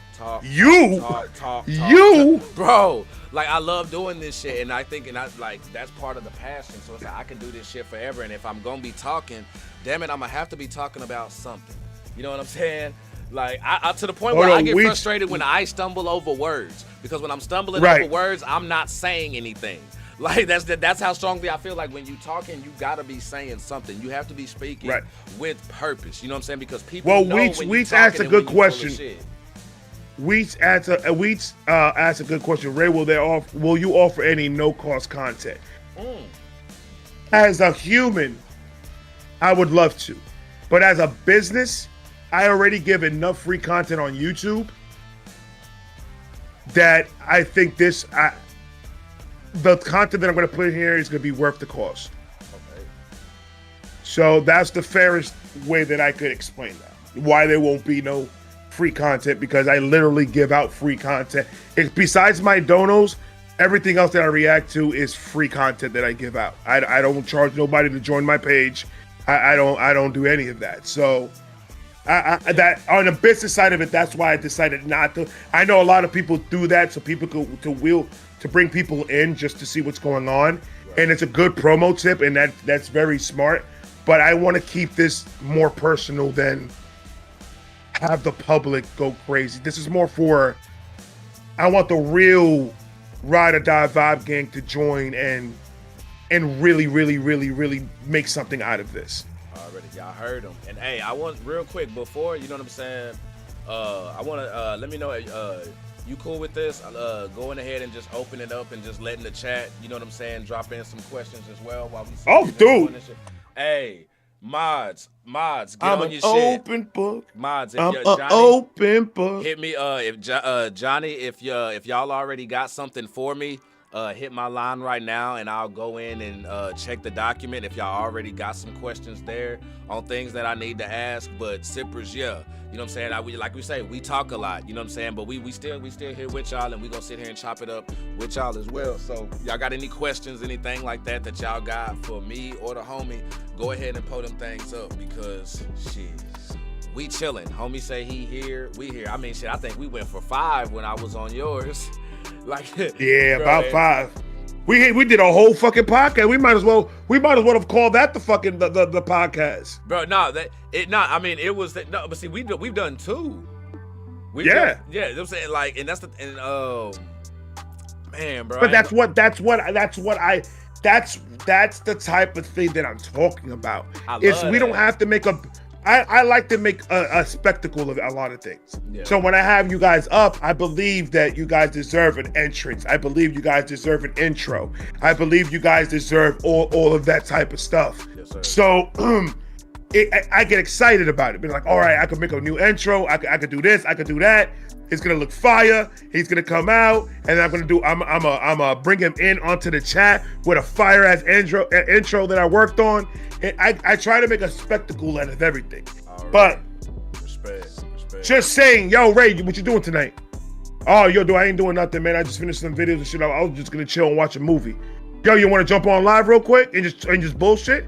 Yeah. It don't care who it is. If I don't have no plans, I ain't doing nothing. Oh yeah, I'll sit. It's like barbershop talk. I'll sit here and we'll talk hip hop for a little bit. I don't mind that shit, bro. And that's why I don't mind that shit at all. And that's why I just went ahead. I'm like, because when we linked up the last time and you were talking about just like networking and shit like that, like I was on that type of time, yeah, but I'm not gonna front and act like it didn't kind of like trigger my shit also in even more of an overdrive mode. You know what I'm saying? To where I'm like, all right, what am I doing? What have I been doing in the past that I need to be doing different myself? Which is why I'm like, all right, you know what? I got this concept right here. It hit me in the moment, wrote that shit down. Let me hit homie up. You know what I'm saying? Let me see what's good. And the next thing you know, we here right now. Up on the live. You know what I'm saying? And it's just working with folks and genuine folks. And I want to work with like-minded folks. Like I sit back and study niggas first. You know what I'm saying? Like I'm not about wasting time. So if I'm fucking with you, I'm fucking with you. You know what I'm saying? Right. And again, fam, just all the motherfucking. Like all I say is whoever wants to come up to the show, or whoever wants me to come up to theirs, or they're live, or just bullshit on live for a little bit, and all that. I'm all for it, but understand something. I have a different way of thinking about things. It's obvious. I have a very completely different way about thinking about every situation in life.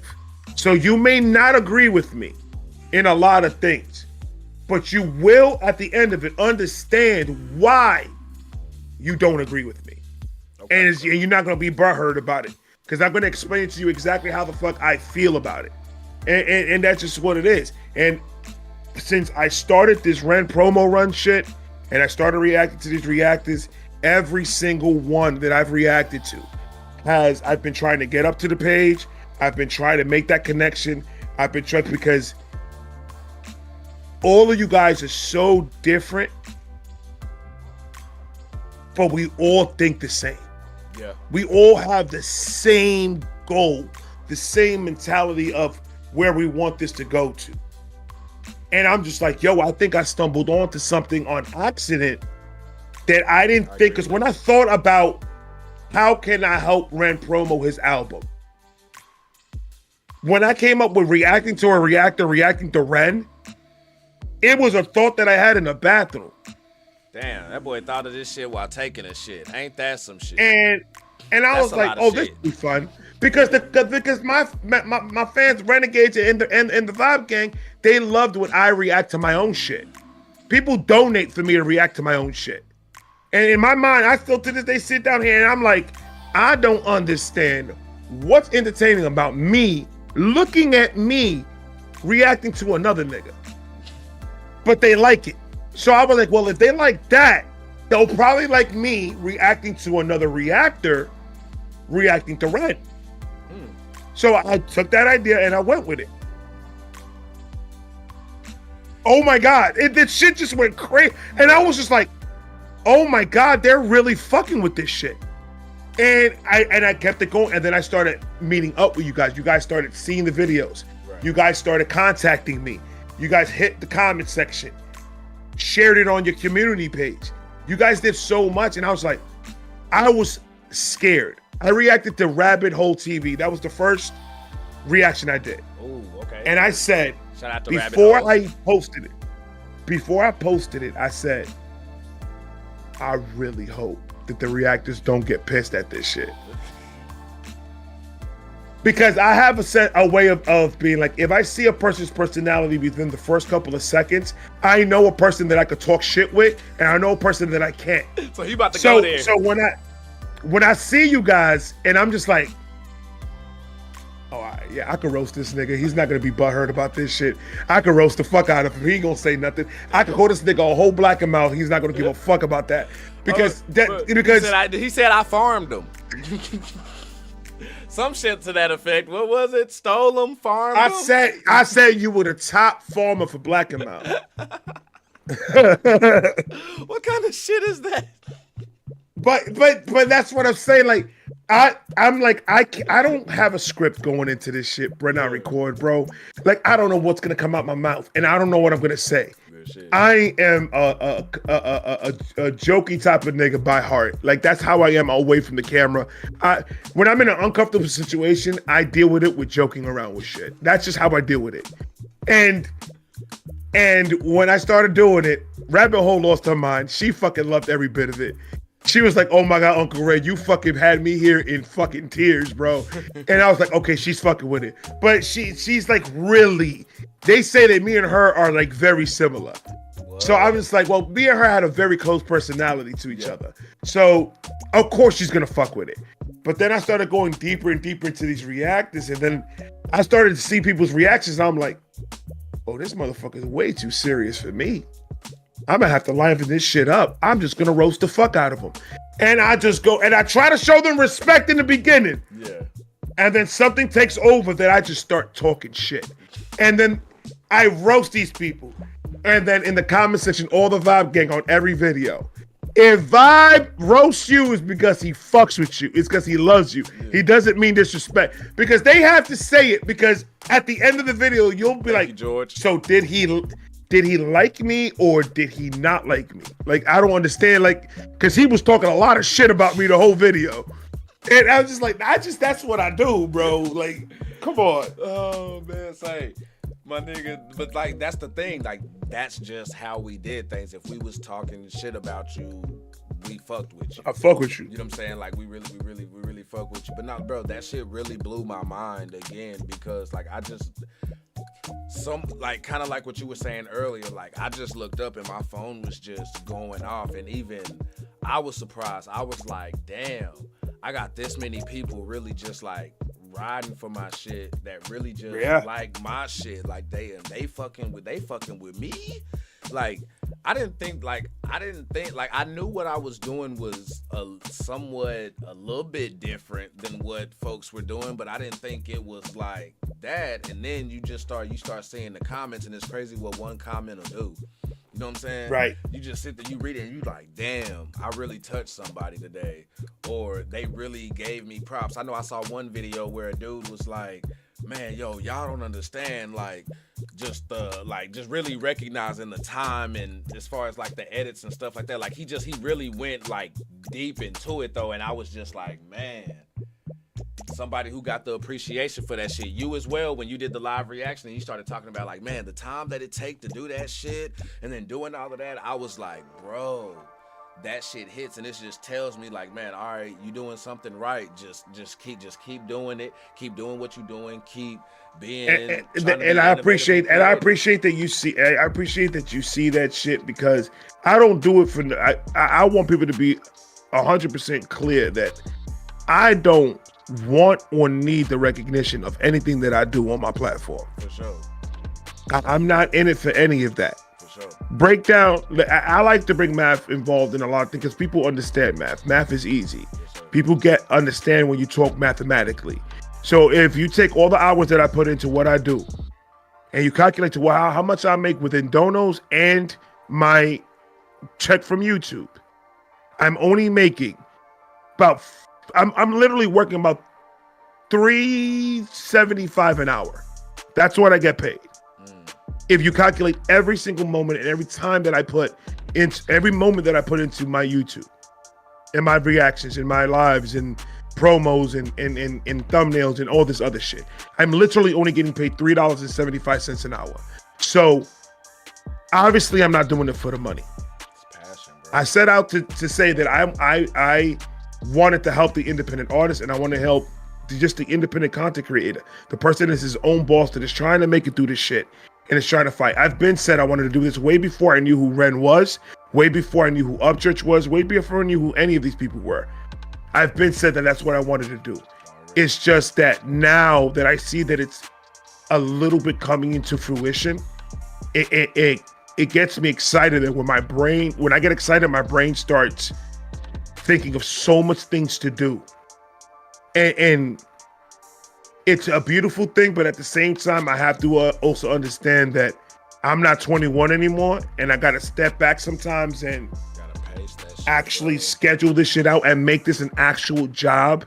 Like, make it feel like you're going to work because you're scheduled to do certain things is the best way to do this. Right. So if there's any like reactor out there that is trying to come up on this, it's either you're going to do this because you love doing this and you're going to take this like a job and treat it like one, with the respect of the time that you're putting into artists, that you're not getting paid money for you to put time into. Let's keep it 100%. I put an hour and a half to a 3-minute video. Do you know what my ratio is or how much I make on my videos? Nothing. Ratios don't work that way. You know what ratios work? If my videos are 10 minutes and a song is 5. That's when the ratio is going to be on my favor because I had made a short video for a long song. But if I take a 2-minute video and I react to it for an hour and a half, I'm making less than 10. I'm probably owing YouTube money. For what I'm doing. So I don't make money off of YouTube. I make money off of donos, absolutely. And I appreciate every single one of them. But it takes time for us to do this.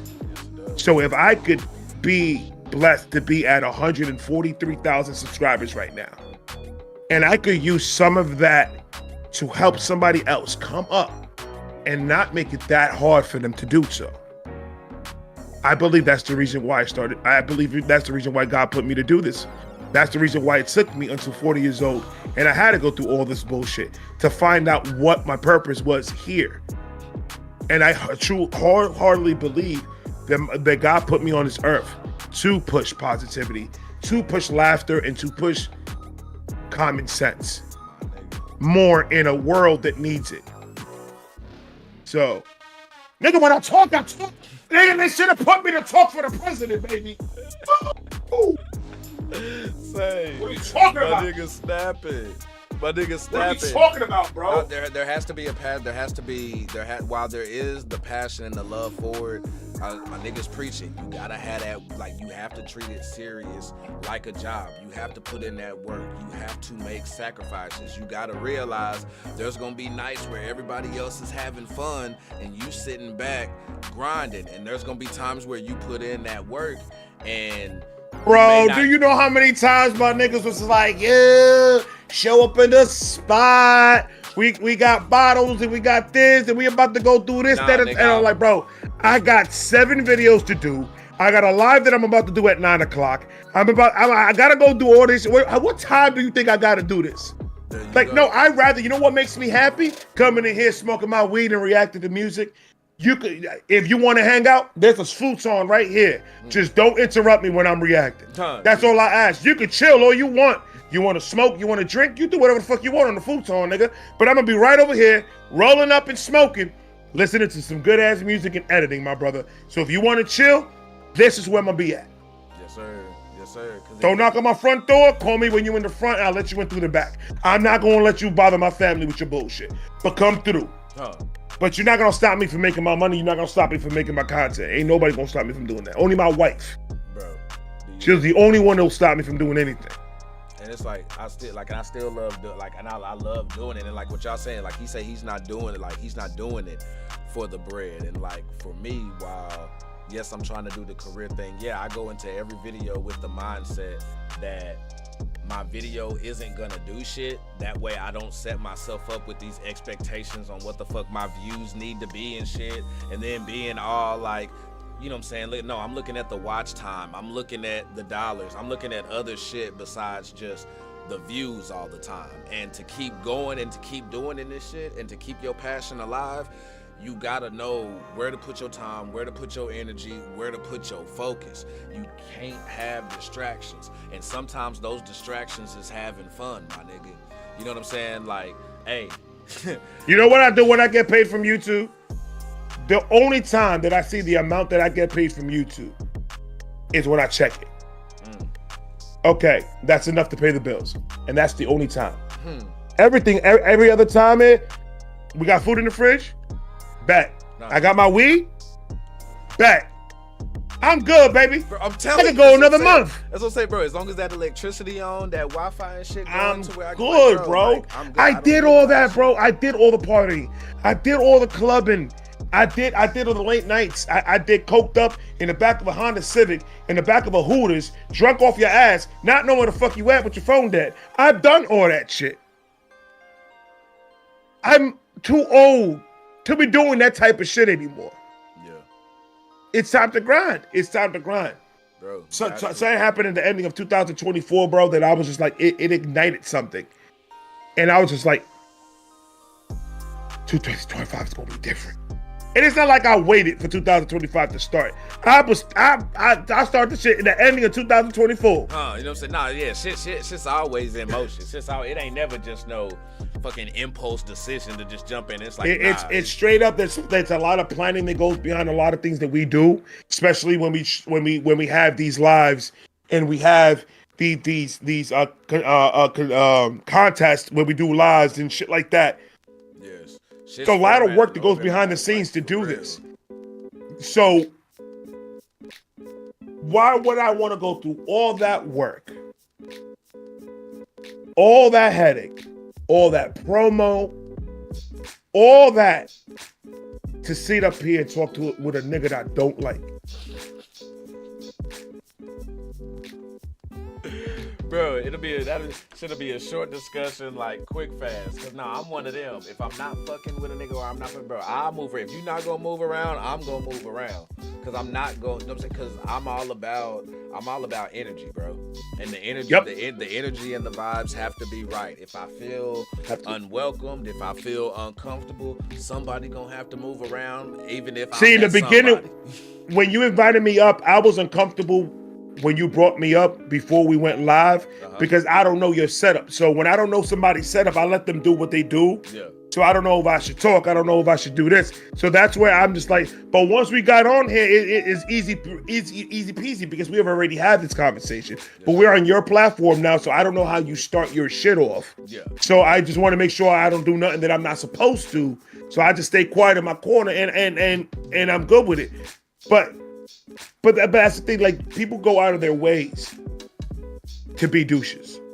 They go out of their ways to do that. And I'm like, why, bro? That takes so much energy. Y'all niggas ain't tired, bro? Bro, that's bro, it does. That negative shit is so fucking draining. I so much rather be, I don't get is folks who just sit around and do the just, I'm gonna sit around and talk shit and do all of that. No, I'm about to be productive with my time.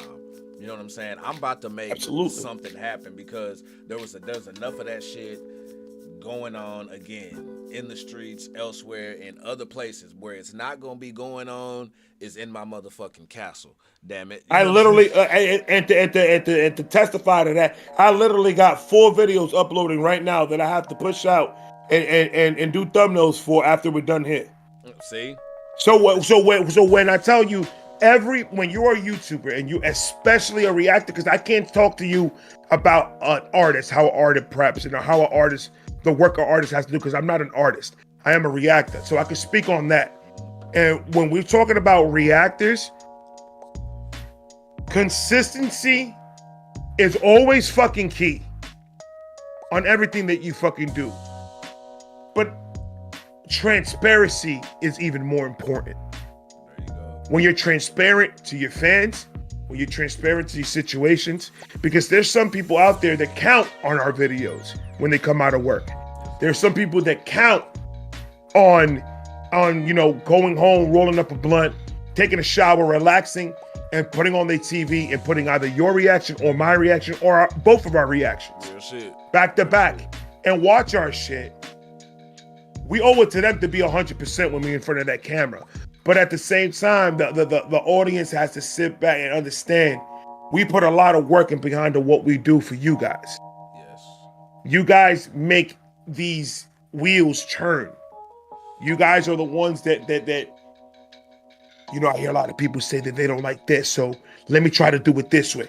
We're the reason. We take this constructive criticism that they give us and we use it towards the good. And then they have these other people these other reactors that take the criticism, and whether it's good or bad, go completely bananas and nuts on the fans. And I was like, I'm not going to go at the fans. I'm going to go at a fan if he's coming out crazy. I'm going to go at a group of fans that are toxic as fucking. They're plain to see. Right, but those are the ones that I'm going to talk to. I ain't going to talk to nobody else but that. There you go. But when you include a whole entire fan base and see how their comment, their subscription, their push, their share, they don't understand how effective they are when it comes to an actual fan base for one person. And that's why I love the independent artists. A lot of them show so much love to their fans. And take the fans' ideas and use it and implement it. Real quick, George, what did you say you had a was that you said George, was that a question for us? I want to make sure I wasn't trying to Oh yeah. Where you at? Oh damn, I'm on my phone. I forgot I'm not on the computer. I'm trying to say, George, did you have was that a question for us? Pull up and let me know. My bad, bro. I forgot you did ask if there was any questions for me. Oh, I totally forgot. See what happens when you have a good conversation? Bro, we just be vibing, and I hope y'all just sipping with. Let me check, see y'all. Like, I got a few messages or whatever, but I ain't got nothing from my mod just yet letting me know anything. So nah, bro, we good, man. No, we good, bro. He says I would have pinged you. Okay, all right, cool, for sure. All right, thank you, Johnny. I appreciate it.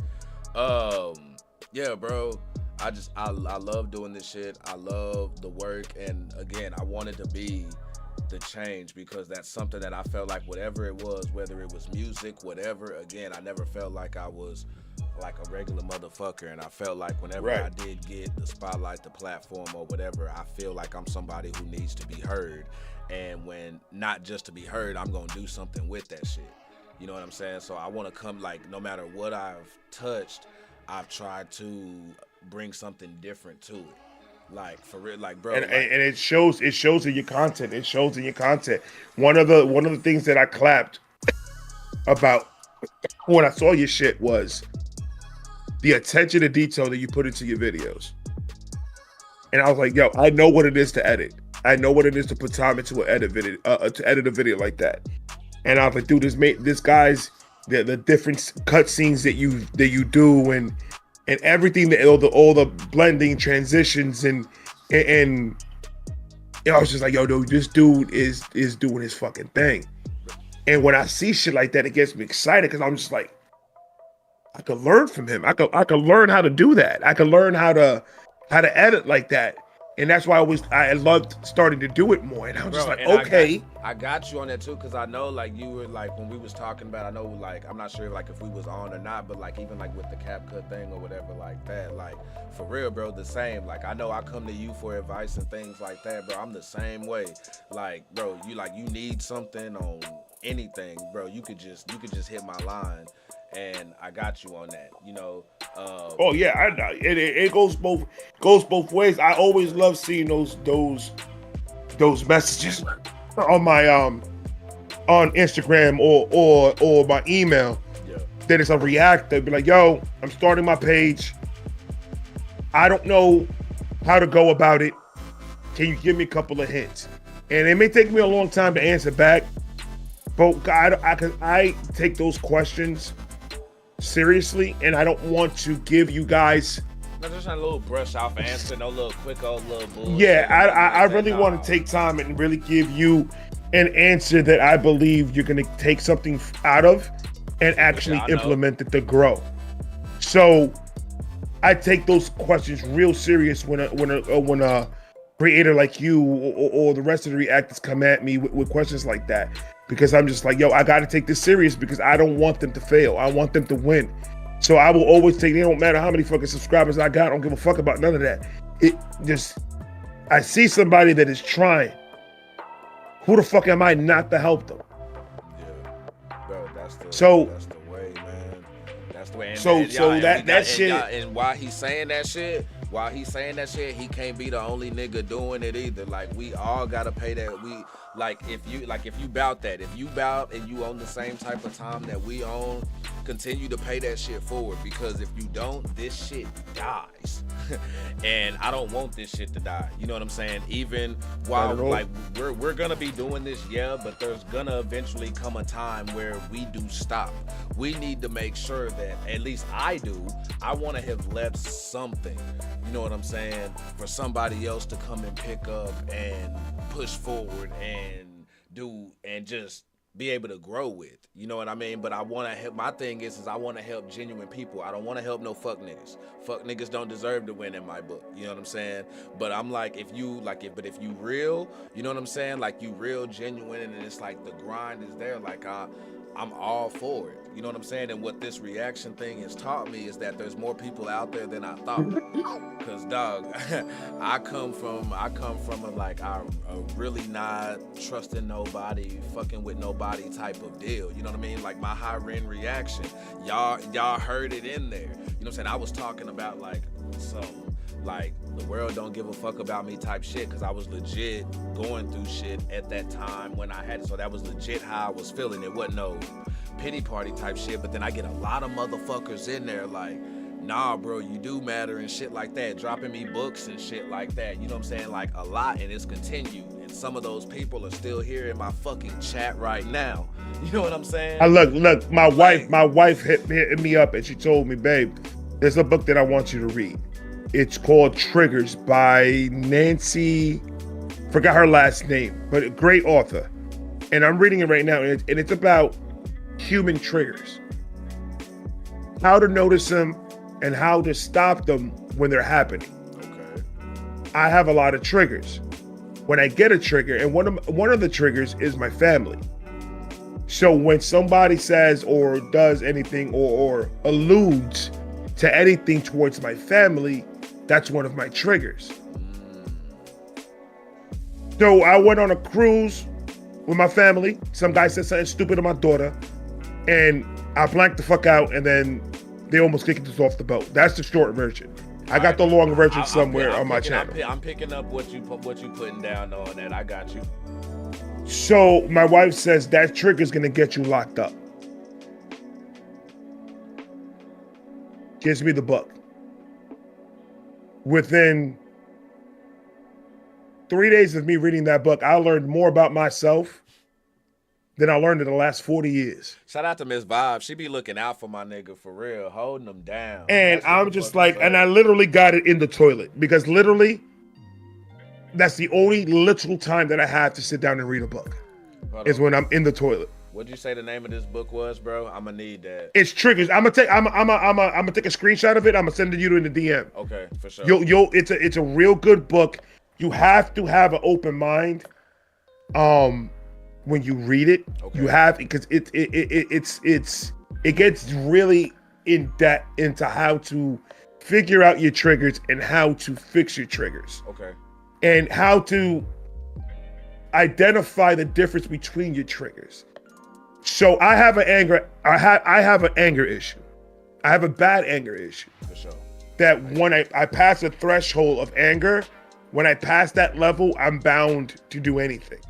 So YouTube has helped me control that by ranting and letting out all my, whatever's on my mind out. But when, me being human that I am, when shit happens in life and shit gets busy and hectic and stressful, those triggers are easy to ignite. Got you. My wife started to see that, and that's when she handed me that book. I recommend every reactor to get a copy of that book and read it from cover to cover, because in what we do, there's a lot of things that trigger us. And there's a lot of, that book also helps out with also temptations of everyday life. Okay. That book will help out if you want to be serious about this reaction shit, and not even reaction, and anything that you're going to focus on doing as a job, because this is mainly the hours that we spend a day dealing with people outside in the public. So you got to make sure. It'll help you control those triggers and be a better person when you are actually facing with actual decisions you have to make in real life and in business. So I'm gonna take a screenshot of that book. I'm gonna send you a screenshot of that book, and it's not expensive. It's like, that book is like $3.99, but it's a real fucking good book, bro. It'll help out a lot, not only in reactions, but also in real life, and just your daily shit that you deal with on your daily life. For sure, I'm gonna need that, because if I can get that ASAP, that's gonna be like, I ain't gonna say my next read, like my now read. You know what I'm saying? Like type shit, cause Yeah, I'm trying to get. That's the best thing in the world because the people that we listen to, they're very strategic and very smart with their bars. Yeah. So the more I read, the more bars I catch, and the more bars I understand. So I'm like on this kick. Like I'm really stuck on that Trigger book right now because I'm unlocking a lot of crazy shit.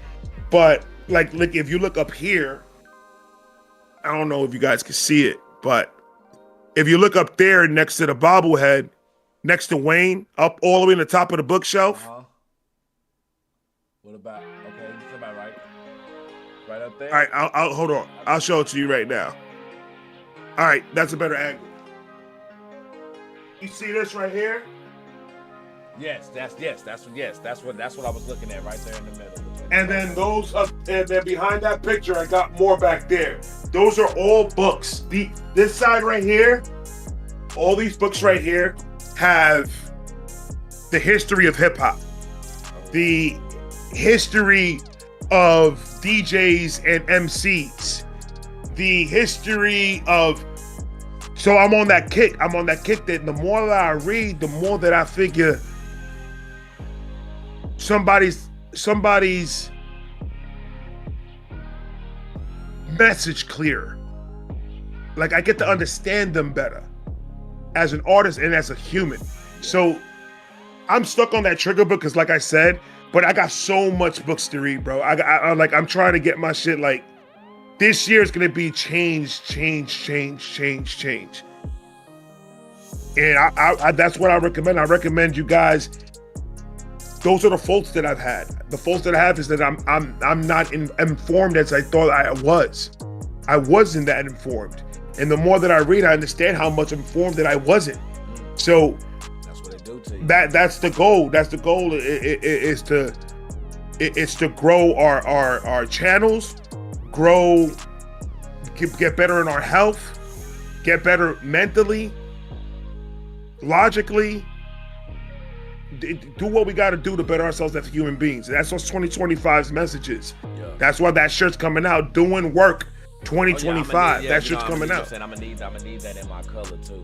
You know what I'm saying? I'm definitely going. Your boy definitely going. So I hope you gonna. I always put it in. I always try to put my shit to be available in every type of color in the world. Just because I know people got different styles and shit like that, but it's gonna be simple. But this is something that's going up on your. This is something that's gonna be up on your merch site though. This wasn't like just like a personal deal. Because I remember earlier when you said you was talking about like wearing it on the live, so I wasn't sure. You know what I'm saying? If it was gonna be like something. Hey man, it's gonna be on my merch. It's gonna be on my bonfire chat, my bonfire page. Okay. Where my merch is at, and no, yeah, it's gonna be something that I want everybody to cop them a shirt or a hoodie. Or whatever you want that's available on there. It's like that we can rock. It's not a me movement. That has nothing to do with me. That's not something that I say. I don't. That's not something that I created. That's what we created. We're doing work 2025. Well, Upchurch created doing.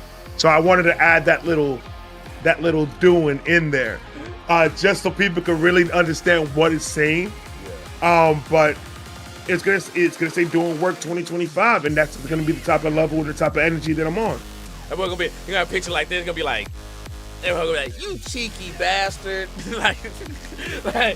cause if it's gonna be one of those, if you know type deals, you know what I'm saying? So like, nah, I can fucks with that, and I fucks with the message for sure, bro, because just, bro, the energy and the time, bro. Like, I'm fucking with it, you know what I'm saying? Like, I want to be a part of it, you know what I mean? And not just with what you're talking about, it's with everybody else. Like, bro, the same thing. I want to connect with as many different people, you know what I'm saying, as I can to bring some positive change, bro. Bring some positive change, because I feel like I'm actually getting traction. Now. And I got to do something with it. Like you said something earlier when you were talking about doing the independent thing. I had made a post earlier where I wanted to do something like locally for the city. You know what I'm saying? Like do something where it's kind of like the live reactions and things like that I do, except it's for just people specifically out of Dallas. Because something that we got going on here, bro, is that we got a lot of talented artists here, but niggas rather be hating and beefing with each other than that shit actually going up. So Right. we see motherfuckers either dying or just not making it at all. And right now, we're at the best point where my city is getting hella shine right now. You got Big X who is getting hella fucking pub right now. You know what I'm saying? And then a homie who I went to school with, his homie literally just got signed by Yo Gotti. You know what I'm saying? Yeah. Yesterday. You know what I'm saying? Like this was just yesterday. And I look online and all I'm seeing is now the city doing what the city doing. Oh, I don't know who the fuck that is. Who the fuck this shit trash this, and I'm like, no, that's the wrong type of time. So for y'all wondering like what was that post that I posted earlier, why I was talking shit and why I was going off, I was talking shit to the bullshit that I saw on my timeline. Cause this is what I believe. Let me know if, and y'all can let me know how you feel about that. Let me know if this make me a fake ass nigga or whatever. But when it comes to the city, because of the state that we're in, I'm not going to be out here just like publicly bashing my city. You know what I'm saying? If I feel some type of way about an artist's music or something like that, like if I don't like something or whatever like that, or it's not my taste, it's not my style, I'ma tell that nigga that. You know what I'm saying? Motherfuckers come out here and be like, hey, how you feel about so-and-so? Hey, that nigga doing his thing. You know what I'm saying? That nigga doing his thing, keep doing what you do. I'm not about to get into all that other. But here now, because it's not them who made it, you know what I'm saying? And they still going through the motions and everything, niggas quick to hate. Okay, even if their shit isn't your style, it's not your type of music, lift that shit up, because we not in a spot to be fucking picky right now. When niggas think of Dallas, they think of Erykah Badu and Stevie Ray Vaughan. You know what I'm saying? Post Malone made it, yeah, but he got the fuck up out of here, and I see why. Because all niggas be doing is fucking hating and shit. Like, bro. And then it's like, yeah, Mo 3 got up there, but we know what happened with that situation. It's like, bro, I'm tired of seeing the same shit going on. Now, do you think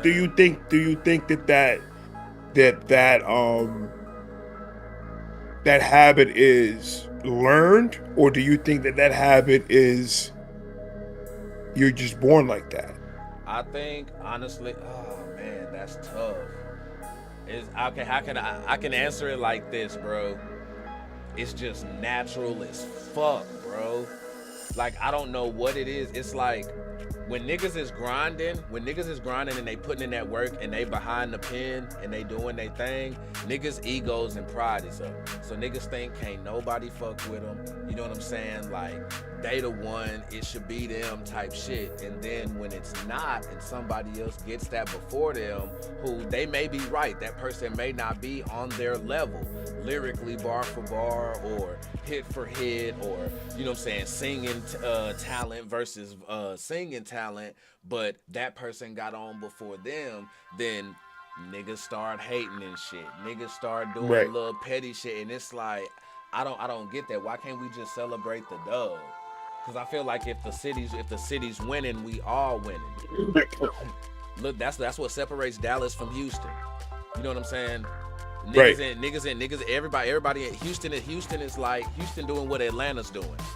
You know what I'm saying? And it's a damn shame that New York, you know what I'm saying? I ain't gonna say New York. I'll say the East Coast fell off as far as being like the mainstream, the face of hip hop and music for a while. Right. You know what I'm saying? Them and California. The West Coast and the East Coast fell off and then came back and rose up. Why? Because these niggas started working together, bro. Niggas start saying, bro, when we can finally look on the West Coast and see Bloods and Crips actually working together, bro, like, boy, niggas may be really too young to realize this shit, but like, bro, when I watch like The Game and Nipsey Hussle and I'm watching these niggas come up and I'm actually seeing them, this ain't that temporary propaganda shit from back in the day where it was, oh, we cool, this a little temporary truce, but then we back, you know what I'm saying, beefing the next day because we can't get over some shit that happened. We got folks who really fucking with each other. You know what I'm saying? From both sides. I actually see folks who bang blue wearing red now. That never used to happen. Like, The unity, Not in a million bro. years. The Not in a unity, million bro. years. And I'm seeing that. Meanwhile, I come down here, down south to my own city, and I see the same bullshit, and it pisses me off. I'm sorry, I'm on a crusade right now. I'm that nigga in the comments right now. When I see motherfuckers hating, doing all that, I'm coming in like, hey, what's such and such? Hey, I'm throwing the city a dub. I'm not with the bullshit. You know what I'm saying? Now, I ain't in there talking shit to them, but I'm in there letting them know. You know what I'm saying? I'm in here showing love, and this is what the fuck y'all need to be doing. Because that hating ain't gonna get us nowhere. Because, what the fuck are you doing? I can't get mad at a whack nigga for getting on. He obviously did something that your ass wasn't doing, which is what this nigga Ray is talking about. It's the grind, it's the work. You know what I'm saying? But it's also different than that. Just because like these dudes, there's a lot of dudes that will listen to a rapper and say, "Oh, I don't like the way he's rapping," and that's fine. If you don't, no one's forcing anybody to like somebody. But the minute that you start going past the "I don't like him," because, and then you go on this huge rant why you don't like somebody. Right. All that energy could have been used somewhere else. And just to have that type of energy every time you go into something like that, and just you always have to find that negative in something. To me, it's never going to make any sense. Now, I'm not saying that I don't go into certain situations thinking negative going in it, because there's some situations that you have to be cautious. And you have to think on the negative side of it, because this is a possibility. It might happen. So I have to go into these situations thinking that way. But the majority of the situations that I get myself in on a daily basis is not going to be negative. So it's just nuts. It's nuts, man. Right. Well, I'm about to call it a night, brother. I'm over here freaking. Oh no, I'm exactly about to do the same thing, because Lindsay just did the same thing or whatever, and I'm saying here we already creeping up. You know what I'm saying, on the foe. So, and yeah, I gotta lay my ass down for work tomorrow myself, man. But bro, I appreciate you coming through. Hit me up with that book in my DMs, and yeah, we gonna chop it up about some more work, man, and get some shit going, bro. For sure. Oh, absolutely, bro. Already. And hey, Sippers, thank y'all so much for coming in and hanging with me. Johnny, the mods, thank y'all so much for coming through. Y'all held it down. Everybody, the new subs who we got, the new Sippers, the likes, all of y'all. Vibe gang. Y'all did y'all's motherfucking thing. I love y'all. I look at it like this. I look at Vibe gangs and Sippers and vice versa. It's the same thing. Facts. We all family around this bitch. Hey, but hey, till the next time, Kool-Aid so good, even a diabetic could drink it. And if your ass ain't sipping, you're tripping. Po up. How Archie read at Drink the Kool-Aid. This is no figmentation of your imagination. This is, in fact, Jack, exactly who I think you're thinking. I think you think it is. That's right, Daddy. Dude, love, hippest cat in the land. And I am